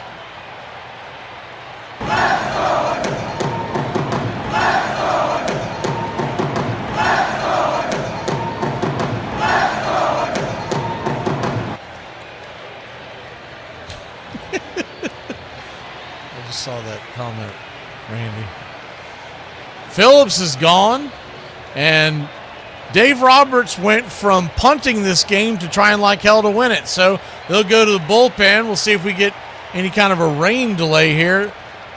Fans have their ponchos and everything else at it. It is raining in Chicago. A 1-run lead for the Cubs. Bottom of the 8th.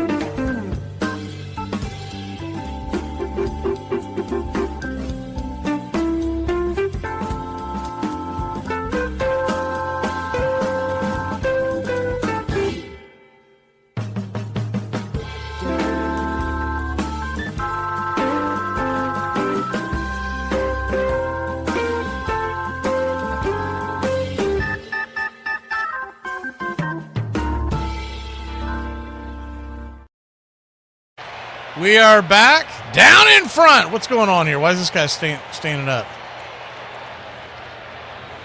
Lefty-lefty matchup. First pitch on the way.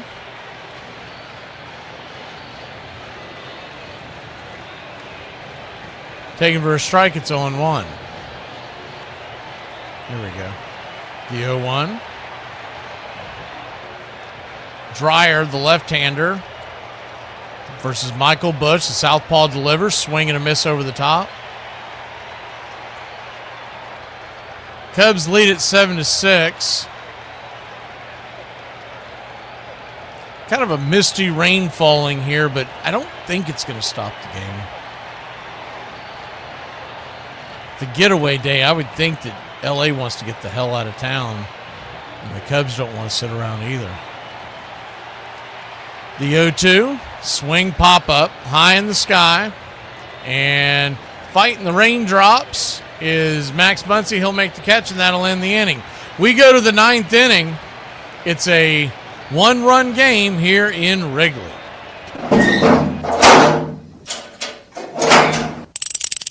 If you don't have cable, you're going to be forced to, like, read or something, man. You're going to get cabled fast.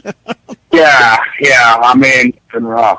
What city did you just move to, Wilbanks? Houston. With somebody listening, if anybody's in Houston, please call in. We need to get Wilbanks some cable so he can watch the game tomorrow. Let's start the Santa party. Or at least do the man a solid and, like, leave your windows open so that he can peek in at the Super Bowl.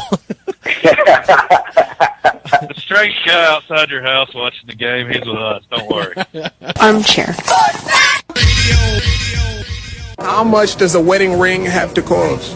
Baby, it could be $50. It really doesn't matter. I just want to be in love. I want to be genuine. I want a happy, healthy marriage. So the ring, I mean, what the cost of the ring, it really doesn't mean anything because it's not like I'm going to go sell it. But the ring is just a symbol of my commitment to my man. So however much he can really afford, whatever he feels like he wants to give me, I think that's better than...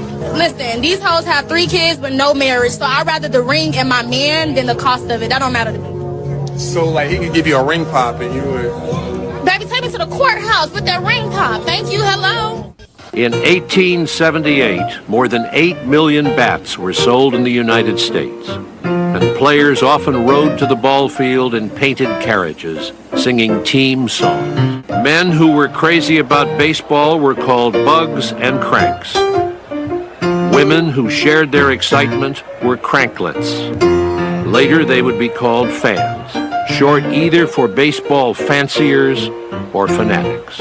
You're listening to Braves Country Radio. Please like and subscribe today. YouTube.com/@Braves Country. Your home for the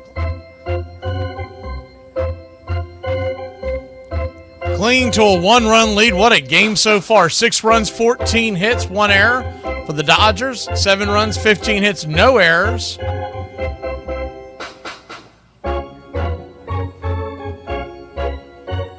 For the Cubs. Jacob Webb in to close it out.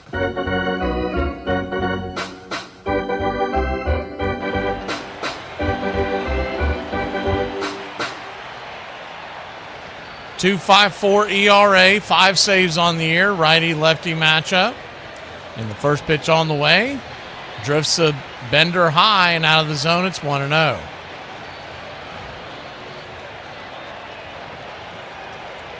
The 1-0.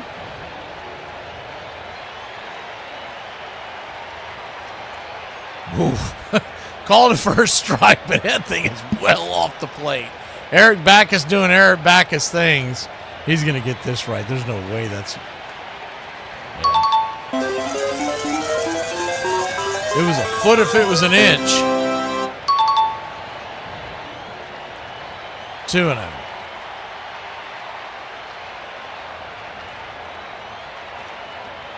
The 2-0 pitch swung on, hit on the ground. It's going to be a 3-1 put out with Webb covering the bag.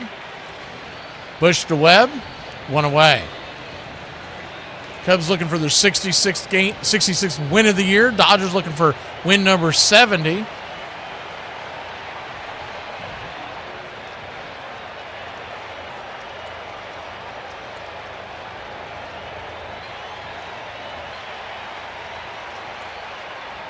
Y'all be safe out there if you're driving around. Braves game tonight, 7 o'clock Eastern.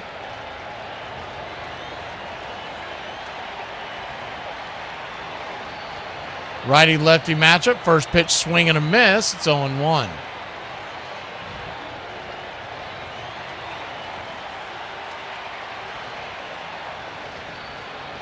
If you're wondering about magic numbers for these teams, is the 0-1 pitch. Kyle Tucker takes it below the knees. 1-1.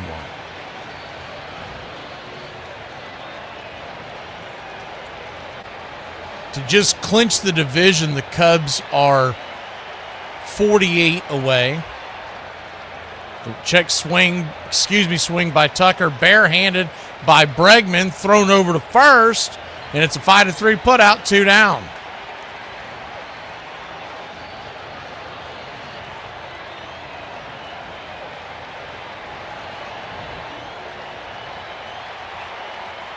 Good play there. You can tell that was an excuse me swing. Tucker did not mean to swing that. He kind of just tapped it in on the grass. And Bregman was in on the grass. I mean, he was playing like it was a bunt situation. They're all getting smiles out of it right now because I think Tucker said something to him going by like, are you kidding me?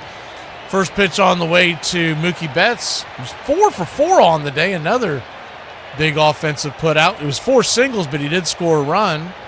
It's 0-1.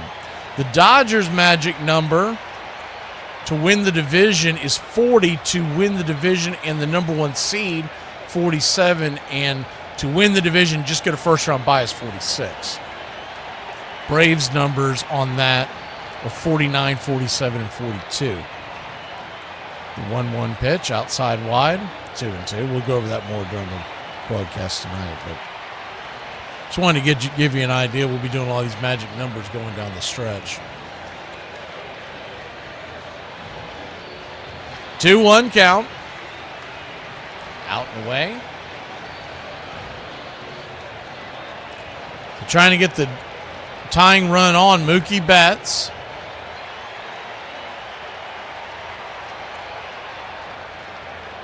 The 3-1 pitch. Swing. Lifted. High. Deep into center field. Coming in left center field. Making the running catch out there in left is Ian Happ. And Cubs win. Chicago Cubs win a big game here. They sweep the Dodgers. Are you kidding? 7-6 your score.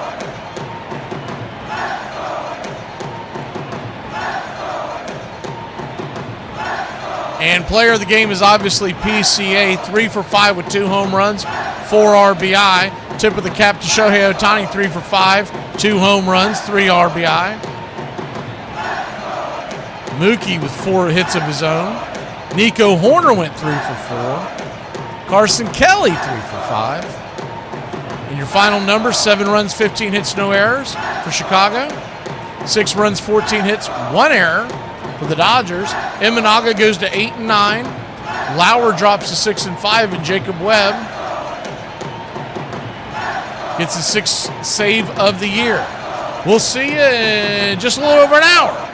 Braves, Marlins, got to scram. Appreciate everybody jumping in here to the out-of-town broadcast. The next one is Friday night, the Applecast, Seattle hosting the Tampa Bay Rays. Big playoff implications there. It'll follow Braves Yankees on Friday night.